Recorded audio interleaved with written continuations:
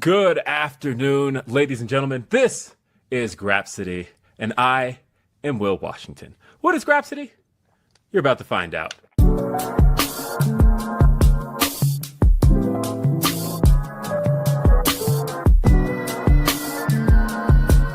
Yo.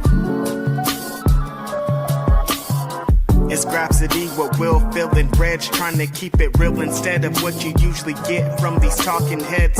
It's Grapsody, we're here to fill the void. 3 black fans, different perspective, got to fill your voice. Coming with the podcast, talking majors, indies in between. Yeah, it's all that, and we're down with Fightful, better fall back. Coming for respect, we connect like a ball bat. No need to double check, these are all facts. You're listening to what's talk raps. You're listening to what's talk raps. Will, Phil, and Reg. Yeah, we're Grapsody, here to talk raps. Yeah, we're Grapsody, here to talk raps. Welcome. Whoa. What just happened?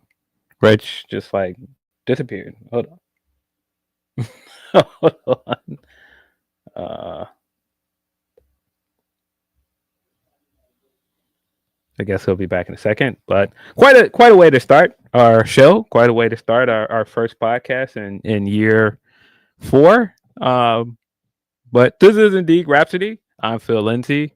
I'm sure Righteous Reg will be with us momentarily. It's been a week. It's been a very busy week for me.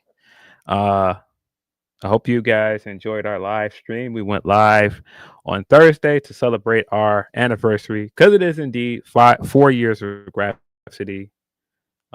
What a ride. I continue to be very, very appreciative of everybody that's continued to rock with us over 4 years. It's a long time to do anything, but we're still doing it. We're still here. It's come with its sets of challenges. I feel like I was just saying on our stream on Thursday, I feel like I've learned something new with doing this almost every year. At some point, I'll get like actually good at it. But you know what it is. You're rocking with the best. This is Grapsody. Got some anniversary stuff to hit. Trying to let some other chats get in here. In the meantime, while we're waiting for Reg, send us your super chats. That is the best way to get your chats read on this podcast. You can also send us a Humper Chat, humperchats.com/Fightful. Feel free to send us a chat and let us know your favorite Grapsody memories. If you just want to ask us a question to move the conversation forward, can shoot us those as well. Whatever you're feeling at the moment. If you knowing how our audience is, if you're not feeling something in the moment, I'm sure you guys will let us know what it is you're feeling. There he is. I see him coming back in the studio now. Bear with us, guys. Bear with us. Yeah. Hey, what? You can't handle the heat, man. Just I'm on this show too, Phil. I swear on my life that I'm also a part of Grapsody. Same exact thing happened last week. As soon as the intro played, StreamYard was like, "You're out of here, dude." Yeah, that's all right, man. Look, listen, we've been doing this. Your boy can hold down the fort. Yes, sir. The fucking I just thought of the fucking Reba McEntire TV theme song for some reason. I'm a survivor. Feels like Oh man. That's Stephanie's Places pose. It's your favorite rapper, your favorite writer, your favorite podcaster. I am also here. My StreamYard hates me. We've been doing this for 4 years, and after 4 years, the StreamYard's like, "Hey, dude, let's have a challenge before we start this podcast." So I am here too. What's up, my friend? What a time to be alive. Yeah. StreamYard's weird sometimes, man. It is. There was a whole time period where the internet would be pretty weird. It still is weird sometimes, even though I'm hardwired in. I'm not using Wi-Fi. I don't know. StreamYard is pretty annoying sometimes, but tricky little person, that StreamYard. Yeah, but I digress. Like I said, this is officially 4 years. We officially hit the 4-year mark on Thursday. As Wow. I was saying before, Reg got disappeared for a second. Well, we appreciate all you guys that pulled up for our live stream. That was That was dope. our first time live streaming from our channel. Definitely would do that again eventually. Appreciate you guys that have supported the channel. Got some Whether good it numbies on that video already, huh? Yeah, appreciate you Mhm. guys supporting the channel, whether it be the live stream or our interviews or anything else on there. I will definitely say that has been a learning curve in our 3rd year of starting a channel, which has been gratifying in some ways. But being a YouTuber is such a different skill set It than is. being a podcaster. It is. And there's so much more work that goes into just running the channel. It's rewarding in some ways, but man, it's definitely different. It's a lot of work. I was just talking with Denise on her Patreon. Shout out to my homegirl Denise, and about how much work it goes into putting these videos out, content, Mhm. release dates, all the things that go into it. It's so much. People think you just point, shoot, put it out on the internet, and go viral, and it's not that easy at all. And we got to compete with. I only know I know Spotify. They said that there's like 60,000 songs a day are uploaded. I don't even know what the YouTube number is. I'm sure it's like an insane number, but we're competing with that many videos, that many wrestling personalities, and trying to create new and hot stuff that people are going to watch and listen to. It takes a lot of work. Yeah. So, with that said, I am very appreciative of how quickly the channel has grown. Mhm. It feels like within like the first few weeks, we hit a lot of benchmarks. We did not have super chats this time when we did it, but I Mhm. feel like based on the numbers that have come through, we'll probably have them by Yep. next time we do a stream. Yep. Appreciate again you guys that pulled up and did drop us a tip. That was our inaugural Streamlab link. It was. Uh, Did we come up with the full name yet? What do we have? I don't think we have a full name yet. But yeah, appreciate you guys on that. On that note as well, I have to say thank you to Sean Ross Sapp Yes.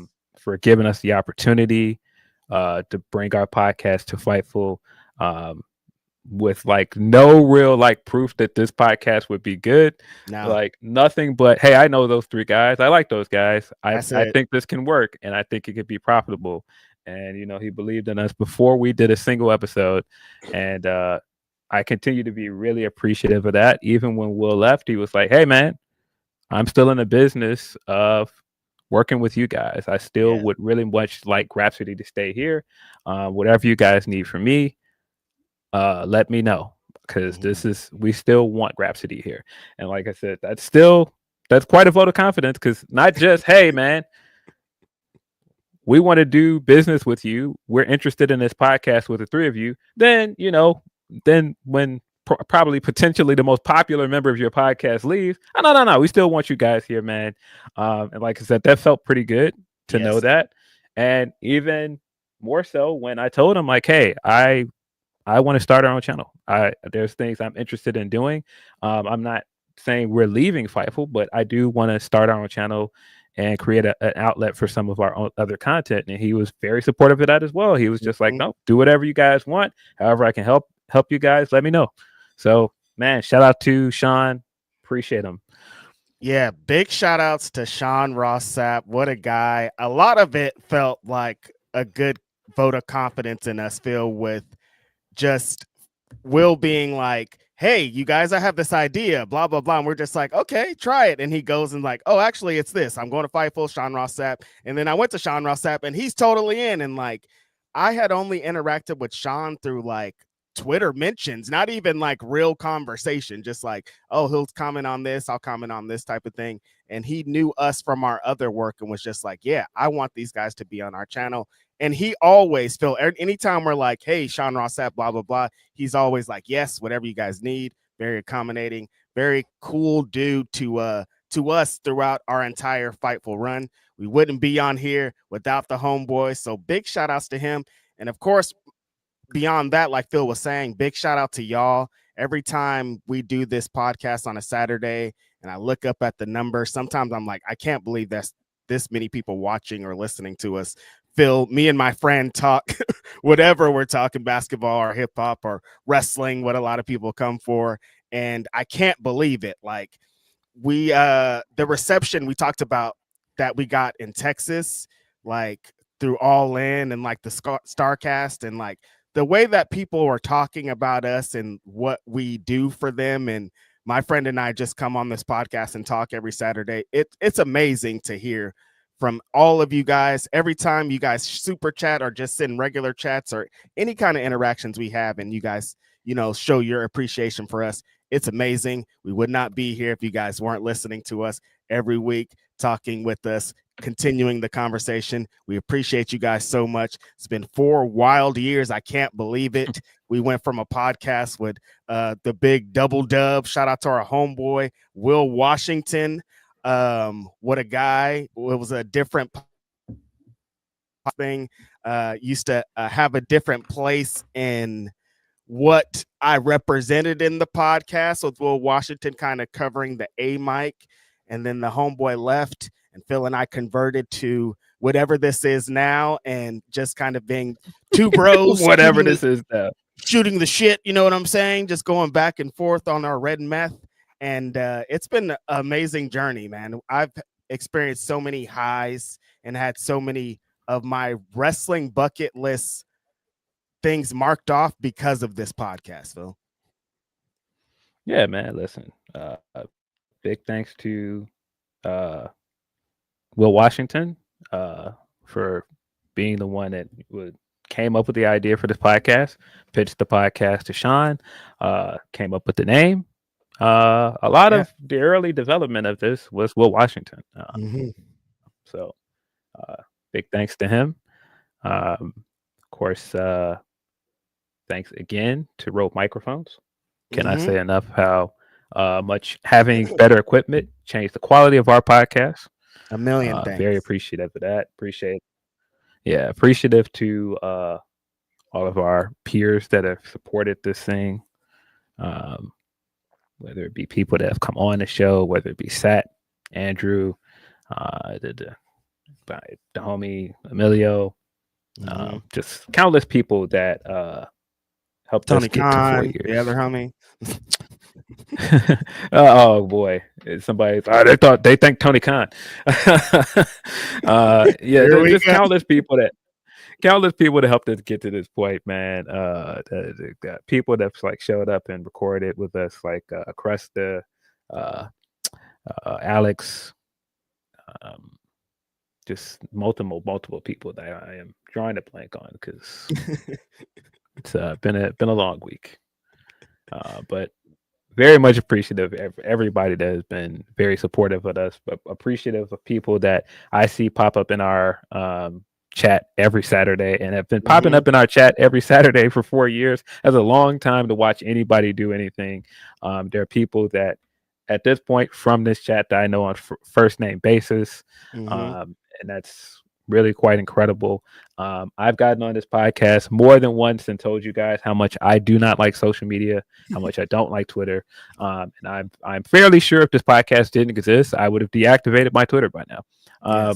But there are so many people that I know because of this podcast through Twitter or through IG or now through Bluesky that have been like incredibly supportive of us, that have said like incredibly kind things about this podcast, have been like incredibly kind to me, even when it's not just like podcast stuff, just like personal life shit and just whatever.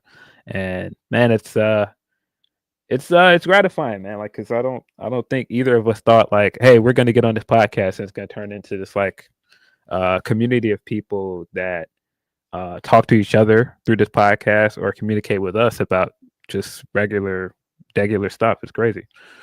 Right. I mean, there's a Grapsody Discord. Shout out to our Grapsody Discord homies.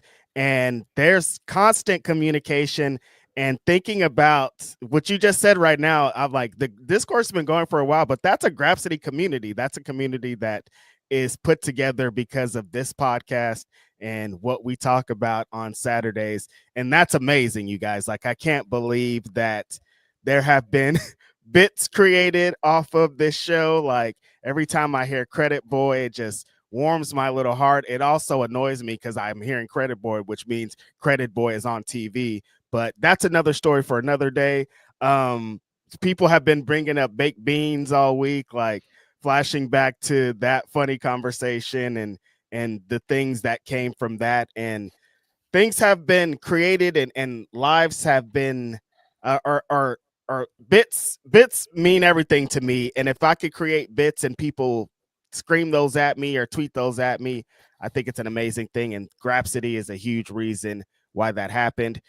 I mean, I said it a little bit earlier, but people who submit super chats, like, you guys don't really understand how important and amazing you are. Nobody has to submit one penny to us. We never say, hey, if you come on this show, you better bring dollars. You guys do this all on your own just because you want to support your boys. And that means so much in this space and this time, because it's hard out here, as some would say, and always dedicating your time. I hear a lot of people talk about commuting and us being the soundtrack to their commute, and knowing how brutal commuting is, knowing that the podcast that I listen to, and thinking that somebody spends their week every week listening to Phil and I do that is insane to me. I just can't express how much gratitude we have for what you guys bring to this podcast.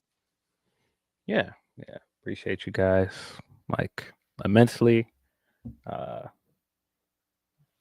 Thank you, man. I mean, thank you to the homie Wraith, and it's Wraith, and it was somebody else that was bringing the science to the show. That was Nye. Yeah, shout out to everyone. Yep.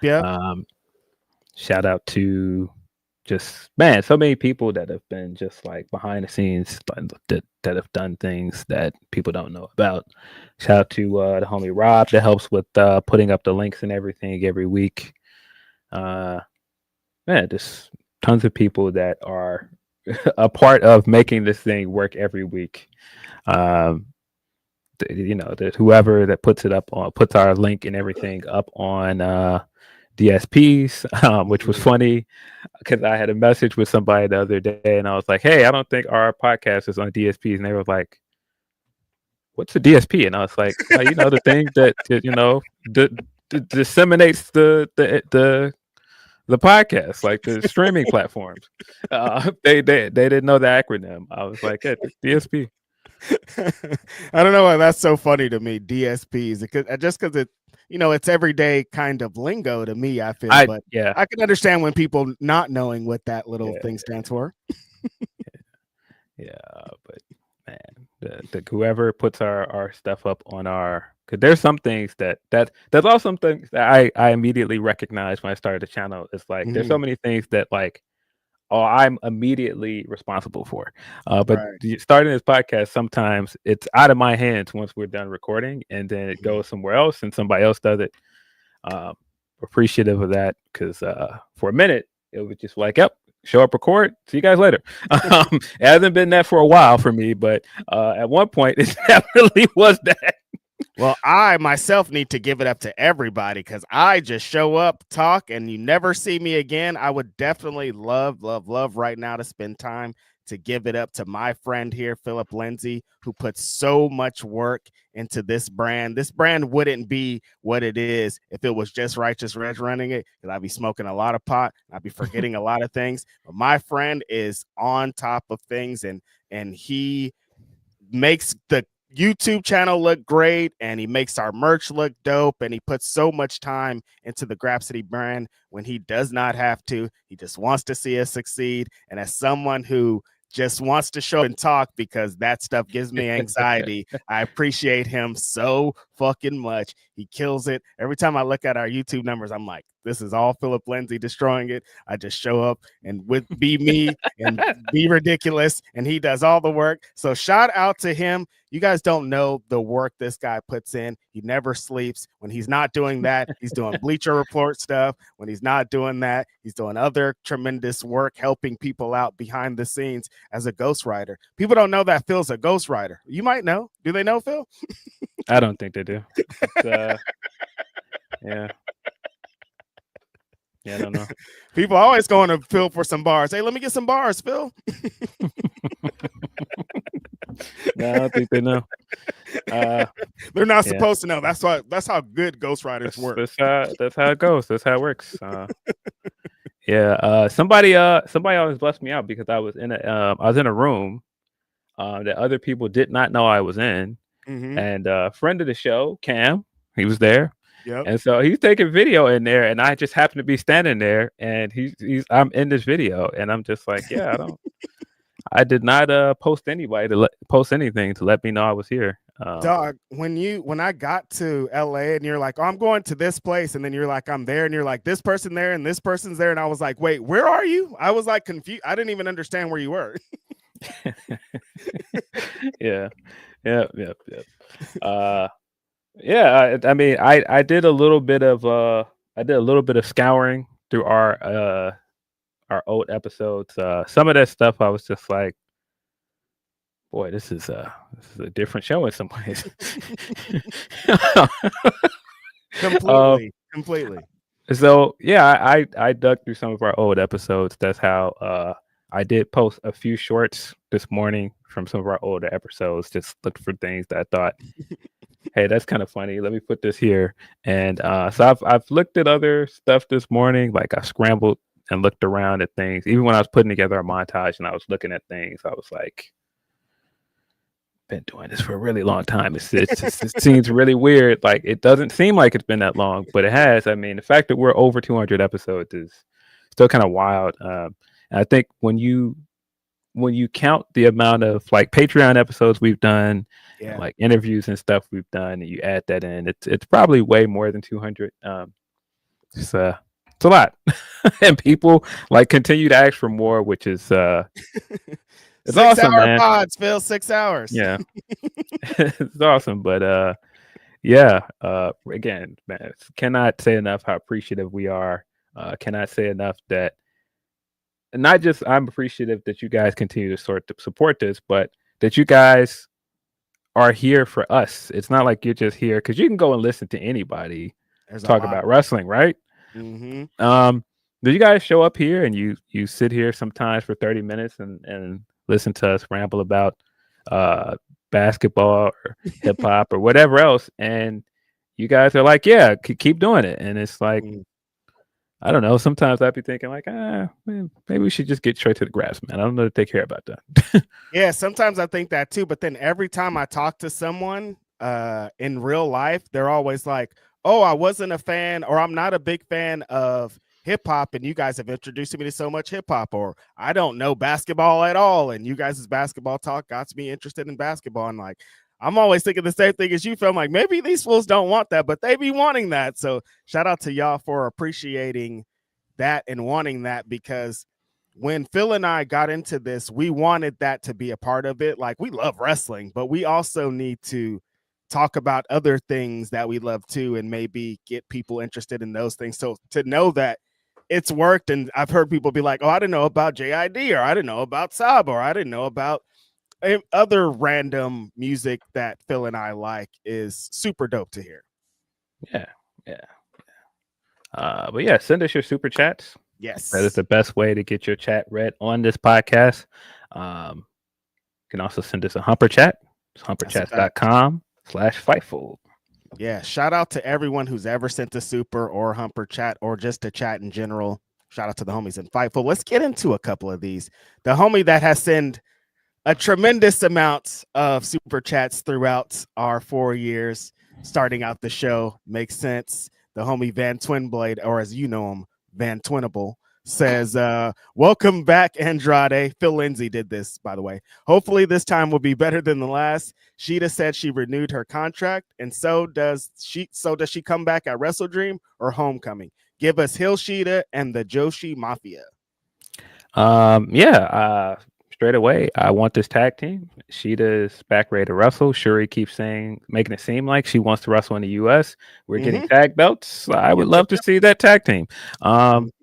Yeah, we'll get into Andrade. I seen, some people being a bit uptight, trying to throw some smut on my guy's name a little bit. Dirt, dog, dirt. trying to be Debbie Downers about this, man. Nah, man. But while they're throwing out dirt, it's their dirt. We're like, wait, let me look at that dirt that you guys are throwing out, though, because it's coming from your house. Yeah, a little Debbie Downers a little bit, man. Can't keep a real Latino man down. Come on now. That's I mean, I'm not being, like that, but not a handsome one, Phil. Like, this guy's gonna get whatever he wants for the rest of his life. When people are like, well, why do they keep giving him? I'm like, have you guys seen Andrade? He's like man, super handsome, charismatic. Like, this guy's gonna get whatever he wants forever. Man. Fresh out, already won some gold. Come on, man. Come on, man. Talking about like his like, what is his regimen? How you know, man? It seems like some grilled chicken, some broccoli, some brown rice, man. Come on. How you know? That stuff, Phil, was you were gonna get into it. Van Twinblade, appreciate you as always. Thank you for your contributions. Thank you for helping out with the Discord. Thank you for everything. The homie T-Rav THC says, I've been laughing at Booker's Flapjacks clip all morning. Booker's Flapjacks, man. There's a bunch of moments that we've done so many of these episodes, but we come on every Saturday and it's a new thing. And I forget about things like Booker's Flapjacks that are in our annals that are really funny. Yeah, I cut this one short that I've actually had like in the mix for a minute. I just hadn't put up. And so there's an episode where it's the episode right after Penta debuted in San Jose. And like there's this long tangent went on about like why you didn't go to that show, because it was just driving distance. I was like, come on, man, it's right there. What's happening, man? You're not trying to pull up. And so I cut this thing into maybe like a minute and some change to make into a short, but this tangent went on for a while. I remember that because it is driving distance, you guys. Like I could, like after the pod, I can go to San Jose if I want. It wouldn't be a big deal. Man. Like they're still trying to get you over there, man. I don't know why you're just not trying to get in the time of the day, but they're still trying. They got a Sacramento show coming up. I think it's Raw or SmackDown, one of those things, Listen, like in man. the next 2 weeks. And like, that's also driving distance. Like if I wanted to go to that show, I could pull up. Man, listen, Sami Zayn, U.S. champion, open challenge. It's the kind of graps you like. That guy's been over there cooking. It's a tag match, Phil, Devon and Ray Phoenix. They're trying. They're like, Reg, you like this, dog. You like this. Hey, come on, man. Get over here. What are you doing? Get over here. It's gonna take a lot more than that, Bucko. Appreciate that, T-Rav. The homie Bragav, also very great supporter throughout the years. You too, T-Rav. Says happy Grapster Day. Congrats on 4 years. Enjoyed the live Ask Grapsody and all the shorts you've been uploading. New intro is dope. Here's to many more. I don't know. Do you guys want that to stay the intro? I just made that for this week because I was looking for something to add for our live stream as like a montage, and I was like, yeah, this works. But yeah, I didn't plan for it to be the new intro. But how did you decide on the clips? Did you remember these? Would you just pick random Grapsodies?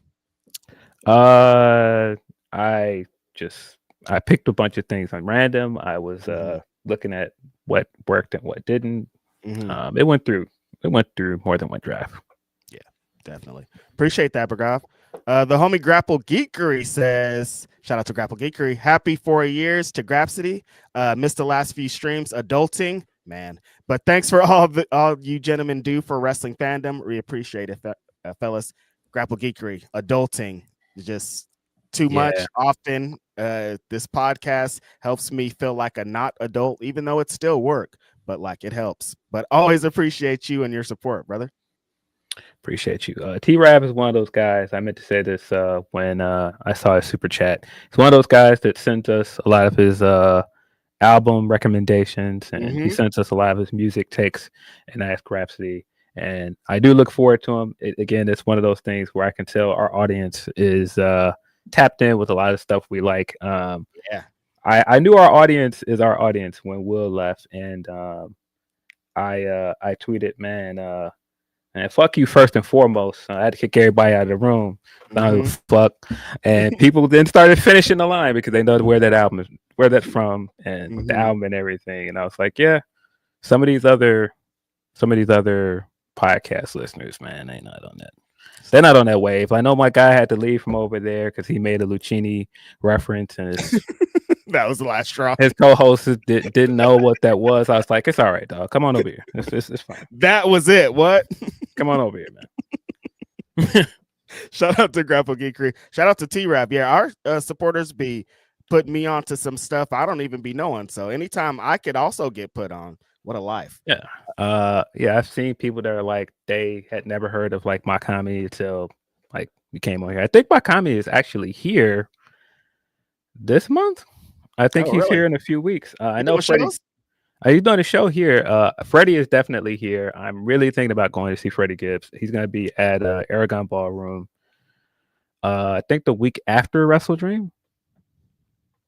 Oh, I started looking at my phone like, is Makami doing more shows? I want to see Makami rap so bad, dude. That's sick. Yeah, I'd like to see Freddie too. I think his tour's coming here pretty soon too. I always look out because most of the tours announced have a San Francisco date. So like, I'm like, oh, there's a tour coming. I'll be able to watch one of the shows at least. The Clips show like did crazy numbers. I think the homie Busby was at the Clips show. I didn't get to make it, and I'm very sad. Yeah, they were in San Fran. That show went up too. It was like the night after Kendrick was. They were with Kendrick in LA. So yeah. I'm not gonna be here. Makami is gonna be here the 18th. That's the day of WrestleDream, so I might not be here. Damn it, damn wrestling. Shout out to Makami though. I would definitely like to check that out. The homie Tenruza says, love and congrats here since day one. You the aces. The homie Tenruza always supporting on every platform. Appreciate the homie. Always here every Saturday. Here since day one. We could be two aces or whatever you liked. Yeah, for sure. I guess. Appreciate that, Tenruza. I saw someone say, and this has bugged me, even when Kanye was not problematic. I saw someone say he's the greatest hip hop producer of all time, and I've always disagreed with that take. He's not even like in my top 3, honestly. And I even when I was like a big Kanye fan, I'm like, guys, you guys have to stop saying that. That's not true. Yeah, I don't think he's not number 1 or top 5, I think, in any metric. Like, he's not the number 1 Chicago rapper ever. He's not the number 1 producer of all time. Like, there's so many things that he's not number 1. And just like you, even when I was a gigantic Kanye fan, it was still like, he would still even be like, Pharrell's better than me. DJ Premier's better than me. He would still go through the producers that he took a lot from and probably would say the same thing, you know? Yeah, it's hard for me to put anybody over Pharrell, and then there's Just Blaze, there's Q-Tip. Dilla. I can't put anybody over Q-Tip. Like, to me, Dilla is like also like upper echelon. Like, you can't just put anybody over Dilla. I know that Timbaland is wilding with some of this AI stuff, but Timbaland is still Timbaland, bro. Like,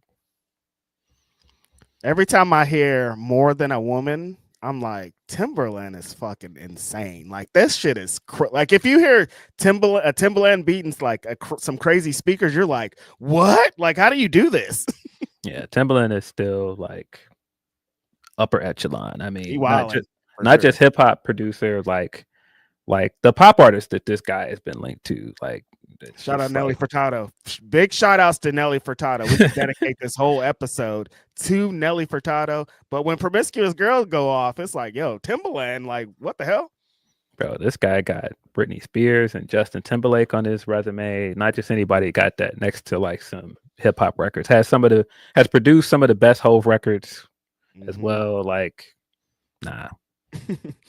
The video from Fade to Black of him with the big gallon jug and the banana that kills every time. That was when he was like in his big phase, and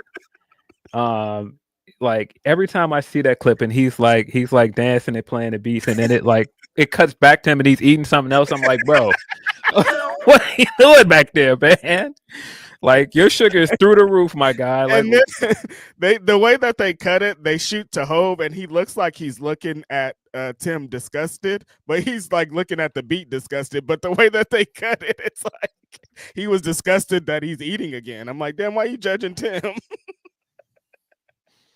yeah, no, it's I don't know, man. It's some guys I think like you can't just put Kanye over, like especially when you're talking about like they got some wild allegations, maybe, but like there's a lot. Dre is still Dre though, like crazy production. Which by the way, I did not say this in our group chat because once I saw this list, I was like, let's close this. Did you see this top 100 hip hop albums from Pitchfork? I started at 100, then I turned my phone off. Like I didn't even get to 99. When I saw what was at 100, I was like, let's just go ahead and close this. I didn't get to 99, Phil. I don't know none of the rest of the list. Nothing good can come of this, but I did out of curiosity, because me and Amelia were talking about it. I was like, what ended up being number one? Because if you guys did not see this list, Doggy Style was at 100, which is I was done. Egregious. We're talking about one of the greatest hip hop albums of all time. We're talking about like far and away Snoop's best album. Doggy Style's the 100th greatest album. At 100, I was like, what? And so I got to number one, and I saw that you didn't see it, right? I didn't. They put Mobb Deep, most infamous, at number one, and I was like, all right.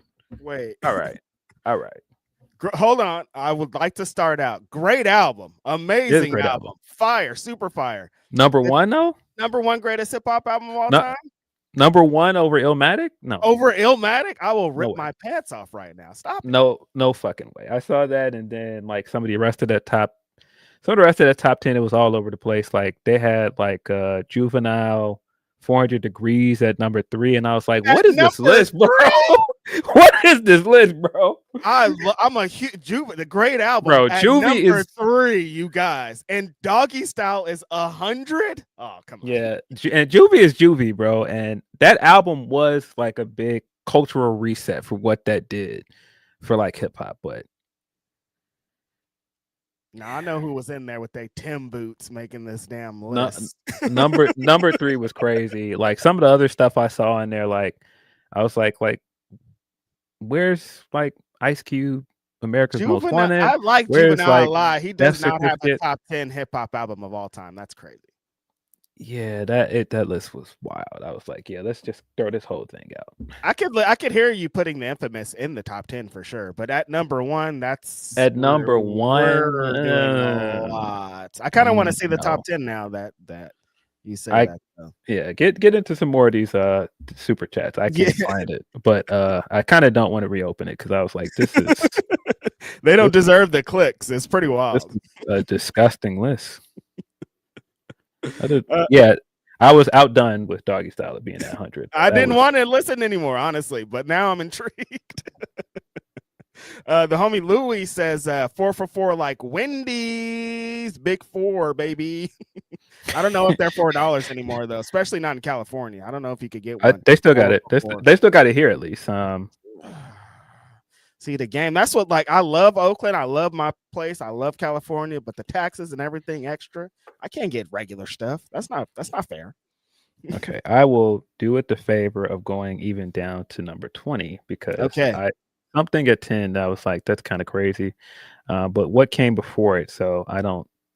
Okay, that's also kind of crazy. let's go down to 25. Yes. Okay. He's got to be like, I'm at 100 at this point. That's also crazy. But all right, let's start at 25. So it starts at 20. This is a list of 100, the 100 top hip hop albums from Pitchfork. At 25, they got Earl Sweatshirt, some rap songs, which is top 25. I like that album a lot. One of my favorite Earl albums. Not a top 25 hip hop album of all time. Like the whole genre, everything that we've ever heard. That's crazy. Yeah. Number 24, Straight Outta Compton, which is wrong. That's if you're gonna call this is the issue, and this is why I say the Juvie album, where they put it is so interesting because I do think it is a cultural reset. But if you're gonna put that in the top 10 because it's a cultural reset, why is Straight Outta Compton so low? Because if you're picking a cultural reset, the thing that changed hip hop from everybody making gangster rap and like what that did, like, no, that's not that belongs higher than 24.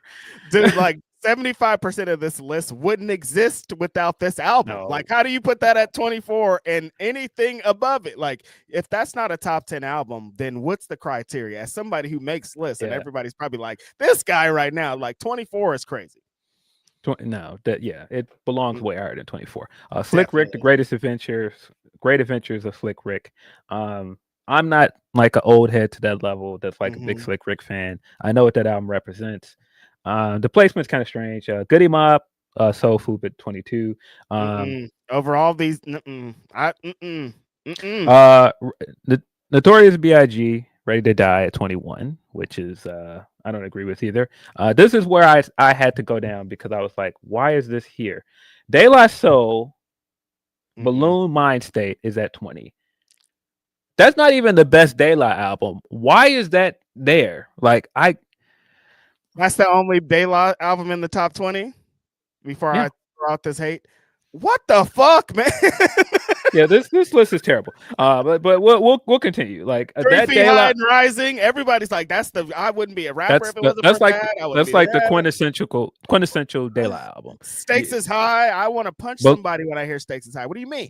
But Balloon Mind State is like considered one of their like least popular albums. Like for that to be top 20 is a very strange choice. But this again egregious. Wu-Tang Clan enter the Wu-Tang 36 Chambers. 36 Chambers is a top 5 hip hop album. It is at 19. You said 19 for 36 Chambers. 19. Yes. The album that like no one will ever be able to replicate what these guys done. That album shifted the entire genre. Yeah. 19. 18. Eric B and Rakim Paid in Full. 17. MF Doom, Operation Doomsday. That's a little high for that for me. I'm a big Doom guy, but 17. Because when you say all time, everything. That's a lot of albums. 16, Future DS2, which all right, shut it all down. Shut this down. What I'm saying, like down. We're talking about all time. Number 15, Raekwon, Only Built for Cuban Links. Okay. That's a top 20 album. Number 14, Public Enemy, It Takes a Nation of Millions to Hold Us Back. I personally think that is a top 10 hip hop album for what that represents to hip hop. Like I feel like hip hop went from this era of like it still being like very party songs, like a lot of like people just trying to have fun. I feel like Public Enemy was the group that really made hip hop mature, that really changed the lyricism and brought like a message to hip hop. And I mean, there were of course artists with message before that, but everything changed with the way Public Enemy even presented themselves. They didn't present themselves as just a rap group. They presented themselves as like a movement. They're a little bit of before my time, but I usually give it up to Q-Tip when I'm like talk about my music and what kind of inspired who I am. Like I'd always give it up to Q-Tip just because like Native Tongues in that generation inspired, but really it was Chuck D. Like there'd be no Righteous Reg. I couldn't be the person that I am without Chuck D and the contributions that he made with the rap and rock thing that they did, how he just talked and everything that he did created who I am. Yeah, I mean, pretty big figure in West Coast hip hop. Ice Cube, like his first 2 albums wouldn't have been what they were without the Bomb Squad that produced a lot of Public Enemy stuff. And, you know, they ended up working with Ice Cube after that because of the influence of Public Enemy. Yes.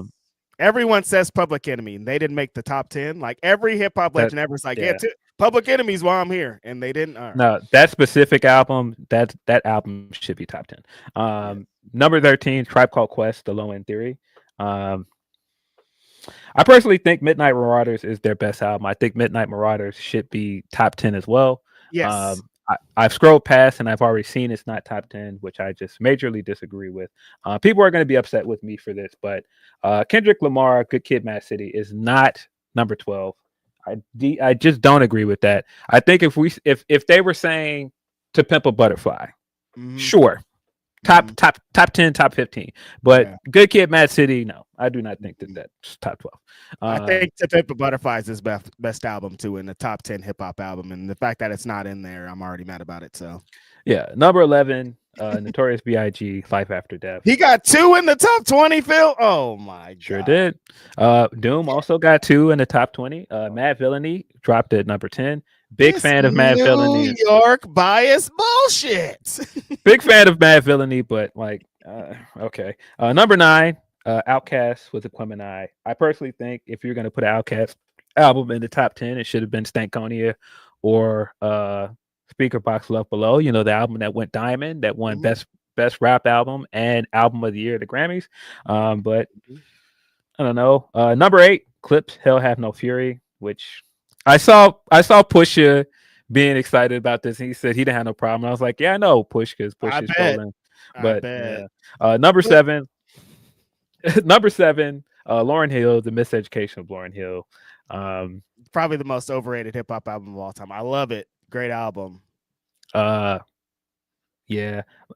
Listen, I think for what that album represents for Lauryn and like a certain time period, I do think it belongs high like that. Yeah. I'm not sure if 7. I mean, it's debatable. This is where I was ready to throw everything away. Number 6. Number 6, Rich Gang the Tour Part 1. In no world is any Rich Gang album top 10 of all time. No way. No fucking way. Sorry. Shut the whole fucking site down. Rich Gang is number 5, Phil. It's number 6. Number 6. They're anywhere. They're in this conversation. Yeah, I'm looking for. My blood pressure is high. I'm looking for a specific album that I have not seen here in the top 10. And for you to say it was New York bias, there's a specific album that I think belongs here, and I'll say it when I get through the top 5. This is New York bias bullshit. But I don't even think it's just New York bias, because there's a specific album that should be here if it's New York. But again, I'll get to it when I finish it. Number 5, Nas Illmatic, which I think is too low. I think for me, Nas Illmatic is number 1. That's the greatest hip hop album of all time. It is the perfect debut. He did it. Best album ever, best length of album, everything. That's the one. Number 4, Ghostface Killah, Supreme Clientele. Hard to argue with that. It's hard to argue with that being in the top 5. But I would put the full Woo over one guy. But yeah, putting it where it gets weird to me is putting Supreme Clientele in the top 5, but not 36 Chambers. I think that's wrong. Yes. But it is what it is. Number 3, as I said, Juvenile, 400 Degrees. Look, I fuck with Juvie. Number 3 is crazy. That's crazy. Number 2, Tupac, All Eyes on Me. And then, they were like, we'll show some love to the West Coast. Let's put Pac at number 2. Fuck off. Then number 1, Mobb Deep, The Infamous. My thoughts here. I kept thinking I was going to see it. How is Get Rich or Not Die Trying not in the top 10? Which you didn't say it in any of those numbers. How is it not top 20? That's crazy. You didn't even say top 25. I'm curious if it's on this list at all, but like again, if it's a New York thing, Get Rich or Die Trying belongs up there like that, because that was another one of those like big cultural resets. Yeah, I mean, this is just wrong. I mean, like, there's multiple albums. Like, I was surprised we didn't see an Eminem album in the top 20. Yeah. It must not be based off. I know what it's based off, but like they try to say it's also based off that in their line. Yeah, like number 27, for example. Like, this is where I'm just like, what is the metric for this list? Yeezus is number 27. I hate Yeezus. I think it's one of Kanye's worst albums. But like, if you're gonna saying it's Kanye's best, if you're gonna put a Kanye album that high, and I do think that there's a Kanye album that arguably belongs in the top 20, but Yeezus, no way. And it's crazy because Yeezus at 27. Take a guess. What is that? 28, right under it. Hove. Jay-Z the Blueprint came in at 28 under Yeezus, which makes absolutely no sense. Hove didn't have a top 25 either, huh? Fuck off. Yeah, this list is pretty awful. I'm trying to see. DMX Dark and Hell is Hot is at 35, which is also egregious. What was that 30?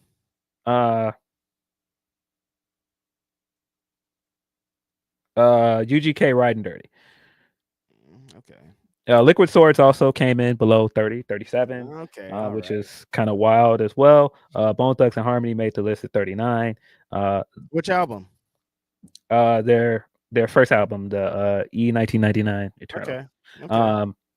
The Wayne the Drought 3 is on here, which is just like what? It's at 40. Like what is this? I thought the mixtape the 40th best. All right. Oh, To Pimp a Butterfly is here. I was looking to see if it made the list. It made the list at 44, which again, egregious. Let's see. 50 Cent and G Unit. 50 Cent is the Future came in at 46. But again, like I said, where is Get Rich or Die Trying? This list is bad. I know I've made that point already. Azalea Banks at 48. Like Azalea Banks. At 48. Donuts at 49. Under Azalea Banks, by the way. All right. Once again, Donuts at 49 under Azalea Banks. Doggy Style is 100.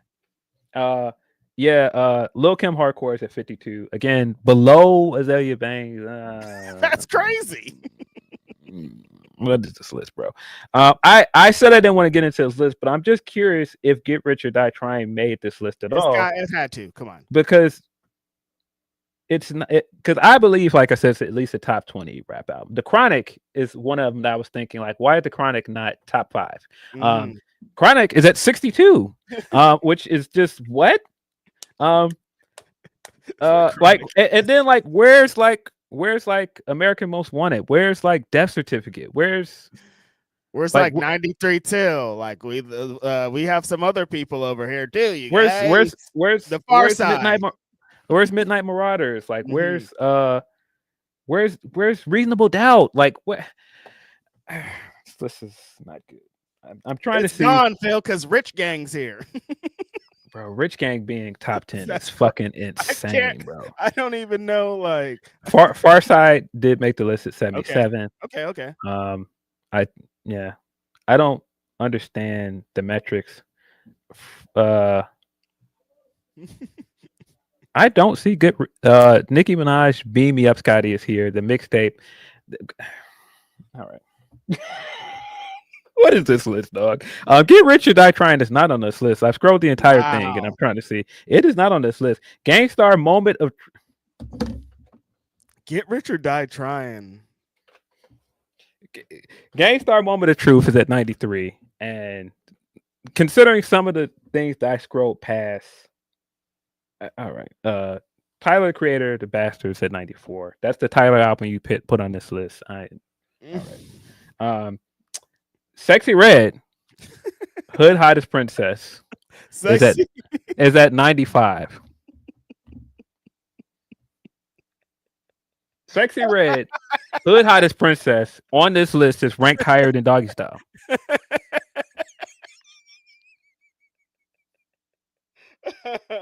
Sexy Red has better albums than like Smith and Wesson, Black Moon, like bro, it gets better. What's it, 96? under Sexy Red. Lupe Fiasco's Fahrenheit 115 part 2 Revenge of the Nerd is at 96.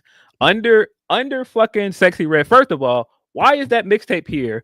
Why is Food and Liquor not here? Why is The Cool not here? And then you're gonna put that mixtape on here, which is a great mixtape, and you're gonna put it under Sexy Red? No. Throw this whole list out. I'm sorry, guys, that I scrolled that far down. I was just curious why I didn't see Get Rich or Die Trying. That is insane that Get Rich or Die Trying is not on here. And I'm not even this big 50 Cent fan. No. But effectively, that album belongs on a list of top 100 rap albums. I feel like, I don't know, that it could be the old head in me, like albums that inspired other albums on this list not being on there just don't sit right with me. You know what I mean? Like, Yeah. 50 Cent inspired so many of these albums that you're even talking about, but he don't. You Yeah, put I his mean, like, mixtape on here. Like, what's this mixtape thing? like, that they got going on? Sexy Red being here. Like, where's Watch the Throne? Like, where are the roots? Where are the roots? What? Where's Eve? Where's somebody? Where's Nelly? Where's Was there any Nelly albums on there? Like, I didn't see Nelly on there, but like Country Grammar is definitely one of those that belongs on there. And I'm again not the big Nelly fan. I didn't see any Ludacris albums on there, which is also wrong. Yeah, that was like I feel like even if I'm going into my bag of like where's Black Moon into the stage? Like where are like albums like that are like. Sorry, guys. Did not mean to go that long on that list, but Jesus Christ. Well, shame on whoever at Pitchfork put that list together. What was that? We might have talked more about this list than we talked about the PWI, but this was pretty egregious, you guys. Like, I'm upset. Like, this list was more egregious. It was. I'm going to send an email after this podcast is over to somebody. Like, I want to talk to somebody about this. Yeah, that was horrible. That was god awful. Thank you, though, Phil Lindsey. That was also hilarious to kind of go through, though. Yeah. Let's get into some more super chats. The homie Van Twinblade says, Phil, get the Discord invite and post it in the description and chat. Well, the description is already up, so I cannot go and edit it, Van. But it's in the chat here. Hold on.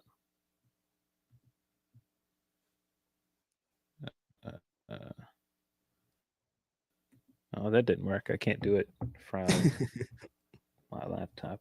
I can do it from my phone. We're going. It's happening. Yeah. But I'm still very like troubled by why are you making me defend 50 Cent? I've never been a big 50 Cent fan, but 50 Cent's like debut, like biggest album, like one of the biggest albums ever for that era. Not being in there is crazy. Do we count NERD albums as hip hop albums, Phil? No, I would say that's like alternative. Okay, like I don't think you call it hip hop. That's fair. But yeah, because I'm like, no, Pharrell. I'd even put what's the solo Pharrell album? I'd put that on there if we're doing this.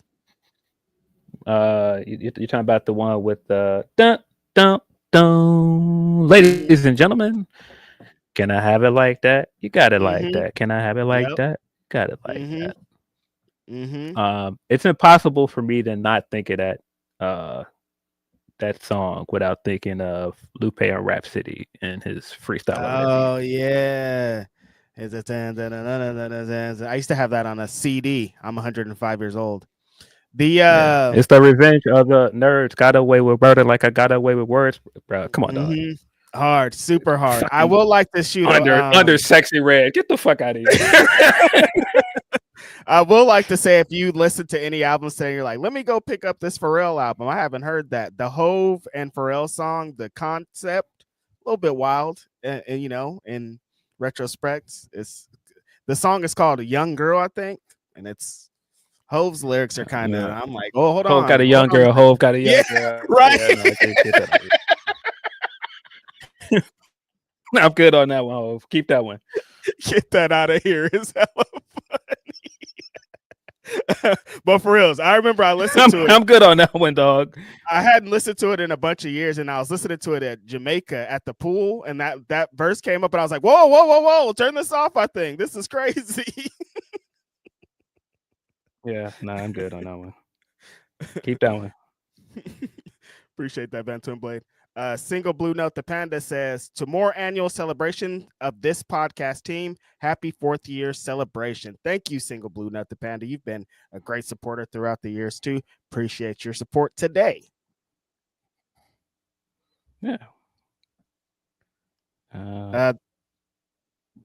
The homie Mod Revolve says, happy 4 years of Grapsody to two of the best dudes. Appreciate you. The best dudes. Appreciate that, Mod Revolve.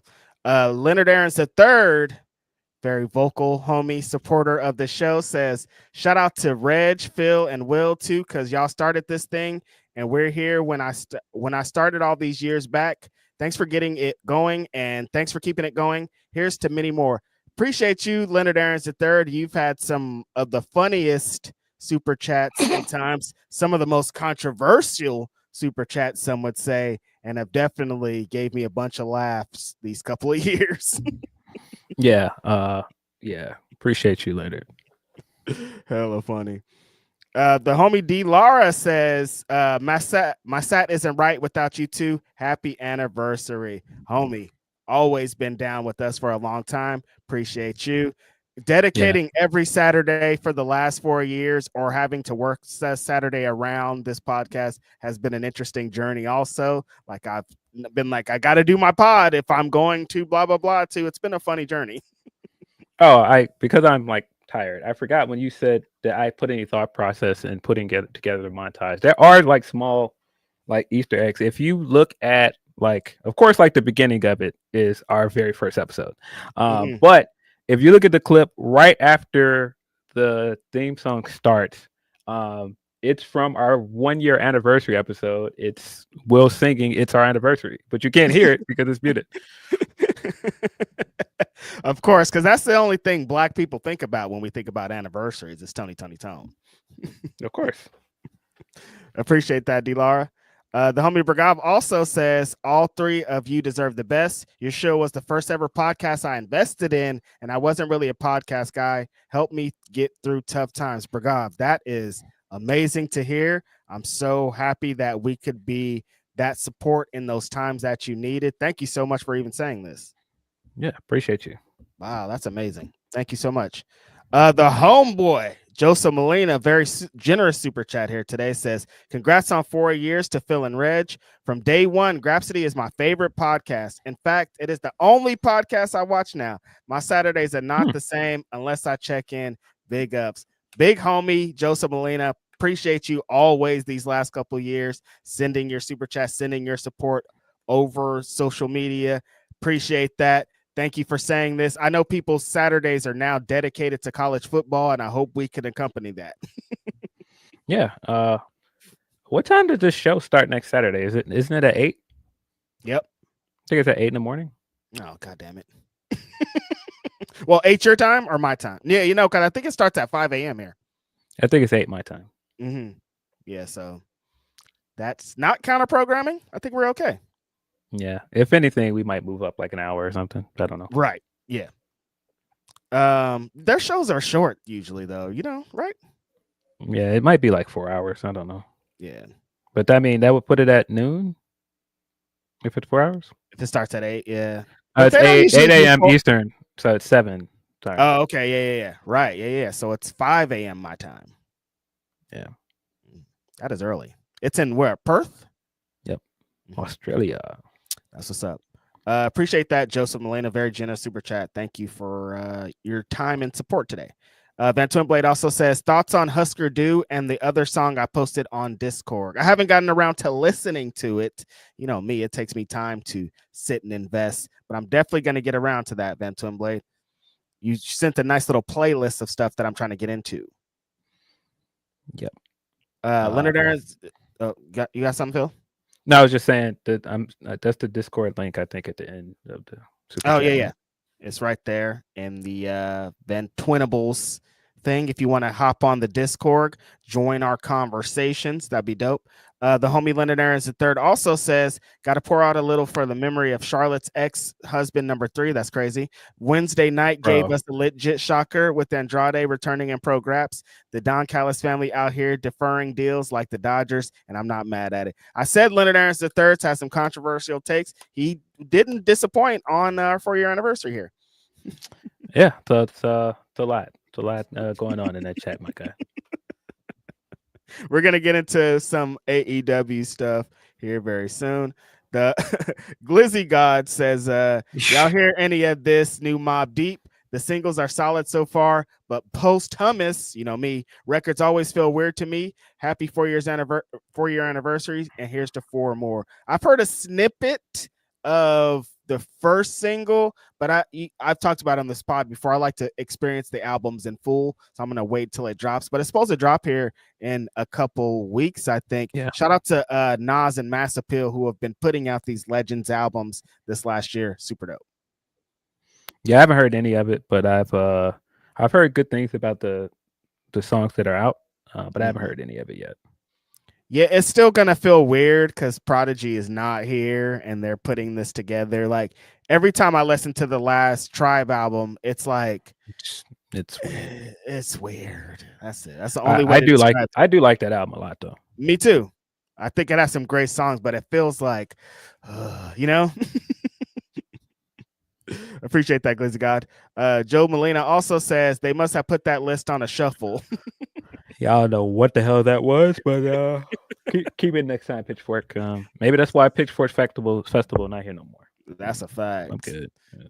Get it They was getting it sexy, Phil. Get me out of here. How about that? Bro, that Nicki mixtape that was on there, like what's going on, bro? No Carter 2, no Carter 3, but the drought was on it. What are we doing? What is this? Single Blue Note the Panda said the Pitchfork list made is for social media meltdowns. Maybe it's made so people will need high blood pressure medication for its blasphemy. My blood pressure shot through the roof here in this list. Yeah, egregious, terrible, the worst. Yeah. But it made for some good content and a good laugh. Like, I'm with y'all. Yeah, I see what y'all doing here, because I saw another list of the top 100 Bay Area songs, and 93 Till Infinity wasn't on there, so I just ripped I went to the library, printed out a list, and I ripped it up so I can, have a real paper to rip, because what the fuck are you guys doing? Appreciate that, Single Blue Note, the Vanda. The homie Busby says, congrats on the anniversary, my G's. Happy to be a part of y'all journeys throughout the years. The A Show of Black Wrestling Podcast. Also, Aubrey is trash. There's some coded language in there.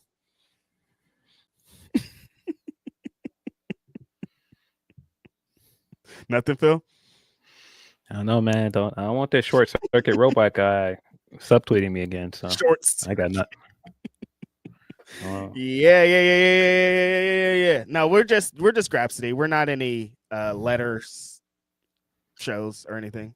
That's it. That's all. And Busby, they be talking like we more than just Grapsody. They sure do. They sure do. Listen, man.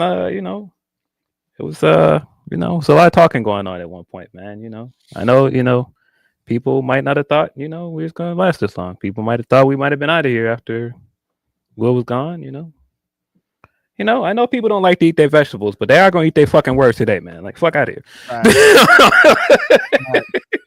That's a big fact. They thought their boys were down and out. They were like, "Oh, Will's gone, to wrap them up, put him in a body bag." No, don't wrap me up, brother. I'm out. I'm lit. And Busby, 4-year anniversary. I'm gonna say it again. Leave Aubrey Drake Graham alone. What did he ever do to deserve this vitriol that you're always spewing at him? He's done some things to deserve it, but he just don't ever let up. They'd be so mad. Nobody is more hated on the internet than Aaron Busby.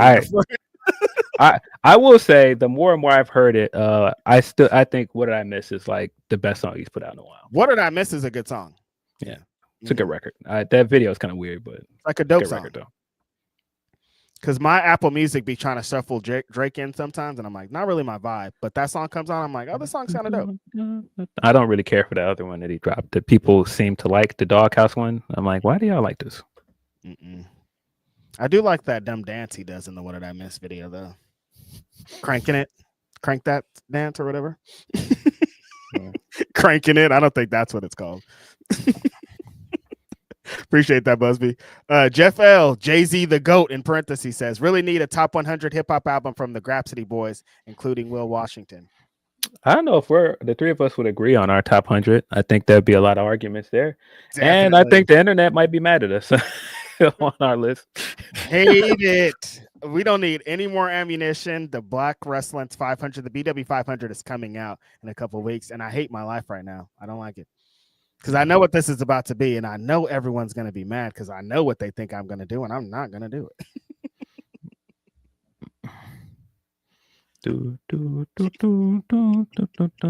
Potentially, Jeff, but I don't know. Like Phil's saying, we're going to have some disagreements because, like, Will have like a Bay Area hip hop album as his #1 album, maybe. Like that's where he'll go. And then I'm gonna probably. Well, I already told you guys what my #1 album. Actually, Phil and I both said we have the same #1 album. Yeah, I think it's Illmatic. Yeah, so we'd agree on that at least. I think off the top of my head, it probably would be Illmatic. 36 Chambers is probably #2, #3. Midnight Marauders is somewhere in the top 5. Bro, Chronic.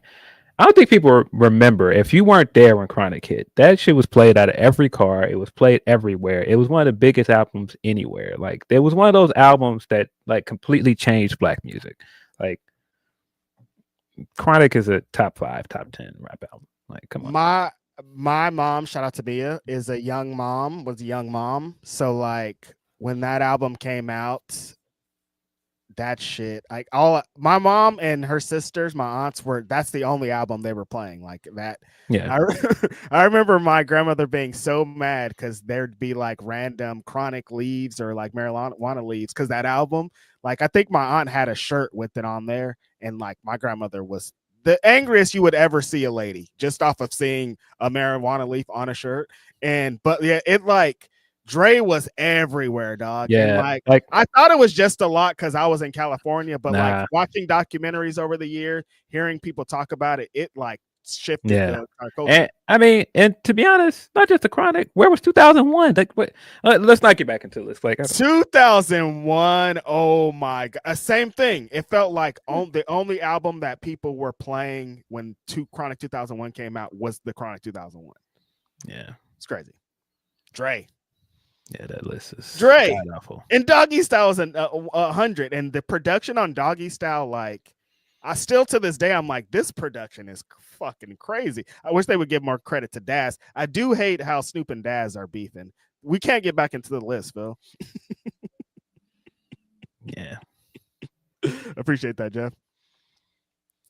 The homie Deontay Soignier says, "Happy 4th, y'all. Blessed to be here."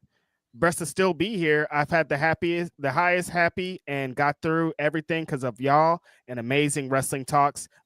Always love. Thank you so much, Deontay. I screwed that chat up because I was reading it out of order, but thank you so much for sending that. Hey man, appreciate you, Deontay. Big MJF hater. Deontay, why you gotta be a hater, bro? Big Mina Shirakawa appreciator. I'm with you. Brunch observer. Appreciate you, buddy. Always with the Joshi Wrestling here, chiming in. Appreciate your contributions as always. The homegirl Shanika says, "Happy 4 years again." She joined us the other day. Appreciate you. Had fun at Dynamite 6 minus the whack crowd. We're gonna get into that, Shanika. Ran into Okada Bucks after and told Okada he was my mom's fave. They were very amused. He seems easily amused. I was talking to someone. Oh, my friend was asking about like wrestlers, like after the wrestling shows, and he was like, "Do you ever see Okada at any events?" I'm like, "Okada's never anywhere. I don't know if I've ever seen him not at like a wrestling event." No. He's a big star. Like, he don't be at the karaoke events. That's Okada. Nah.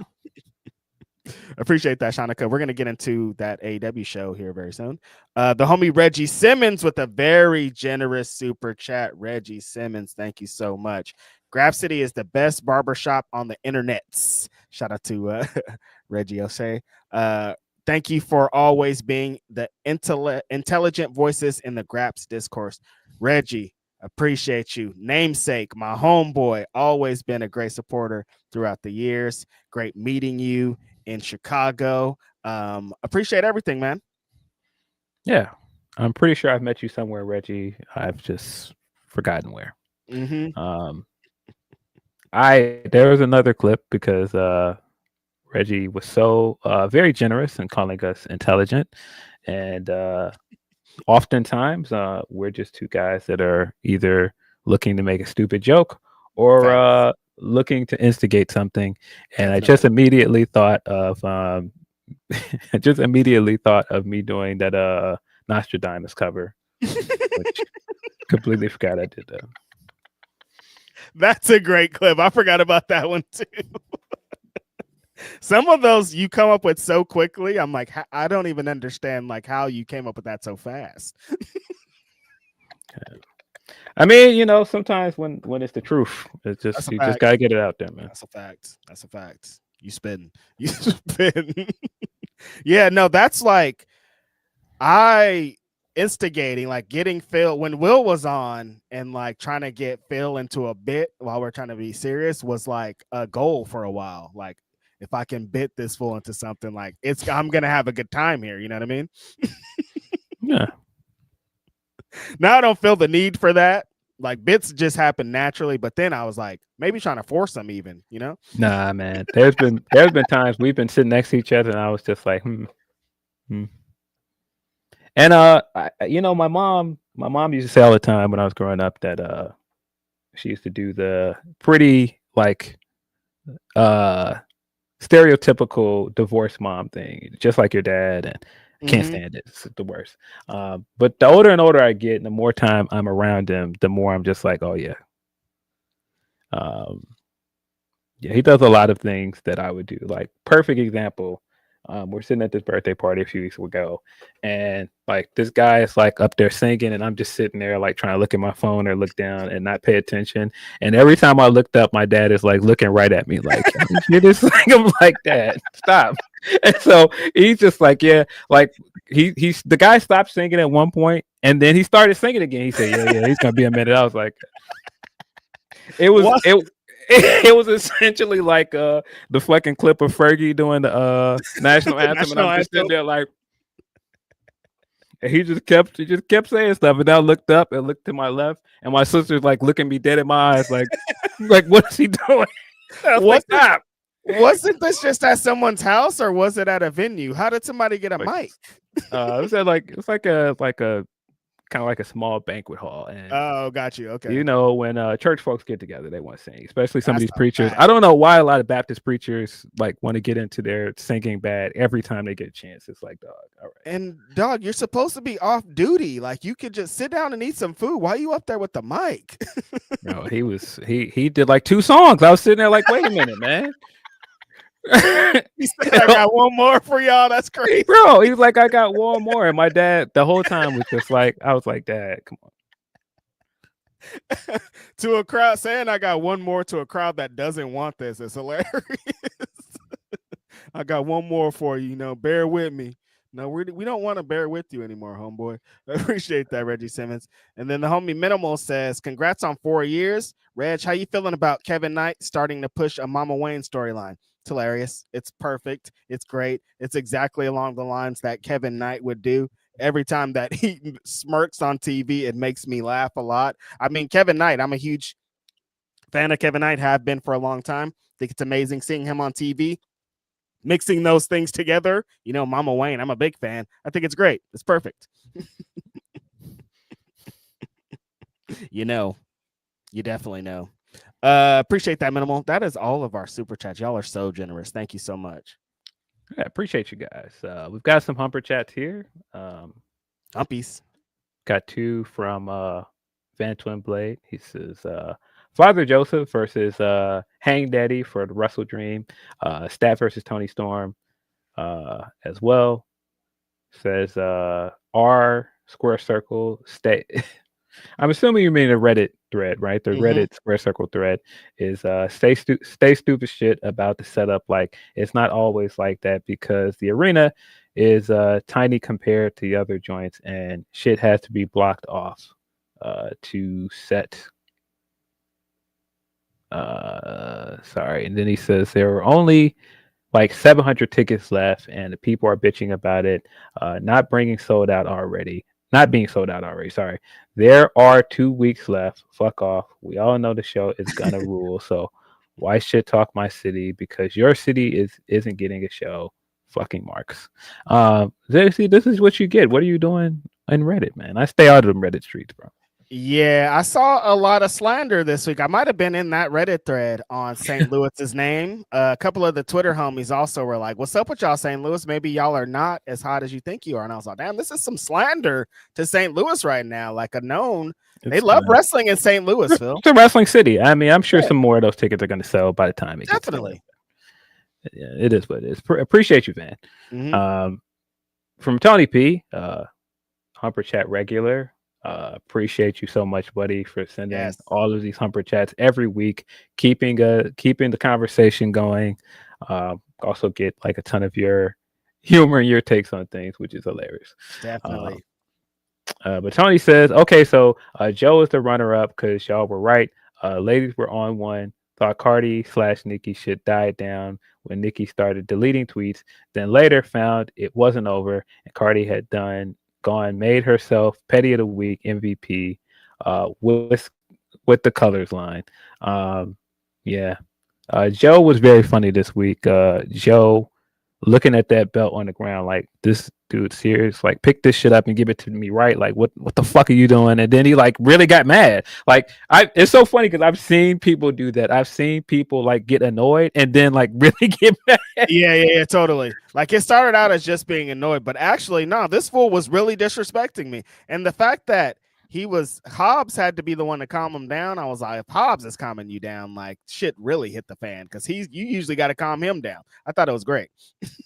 Yes. I also think because people are like, we're doing the usual, where's the story and where's the Hangman stuff? Guys, the undertone here is pretty great. If Hangman had not turned heel a year ago and things went differently, he would have been going into St. Louis at Dynasty to wrestle Samoa Joe for the championship. Oh, shit.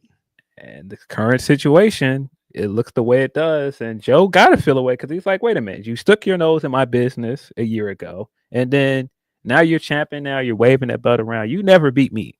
Yep.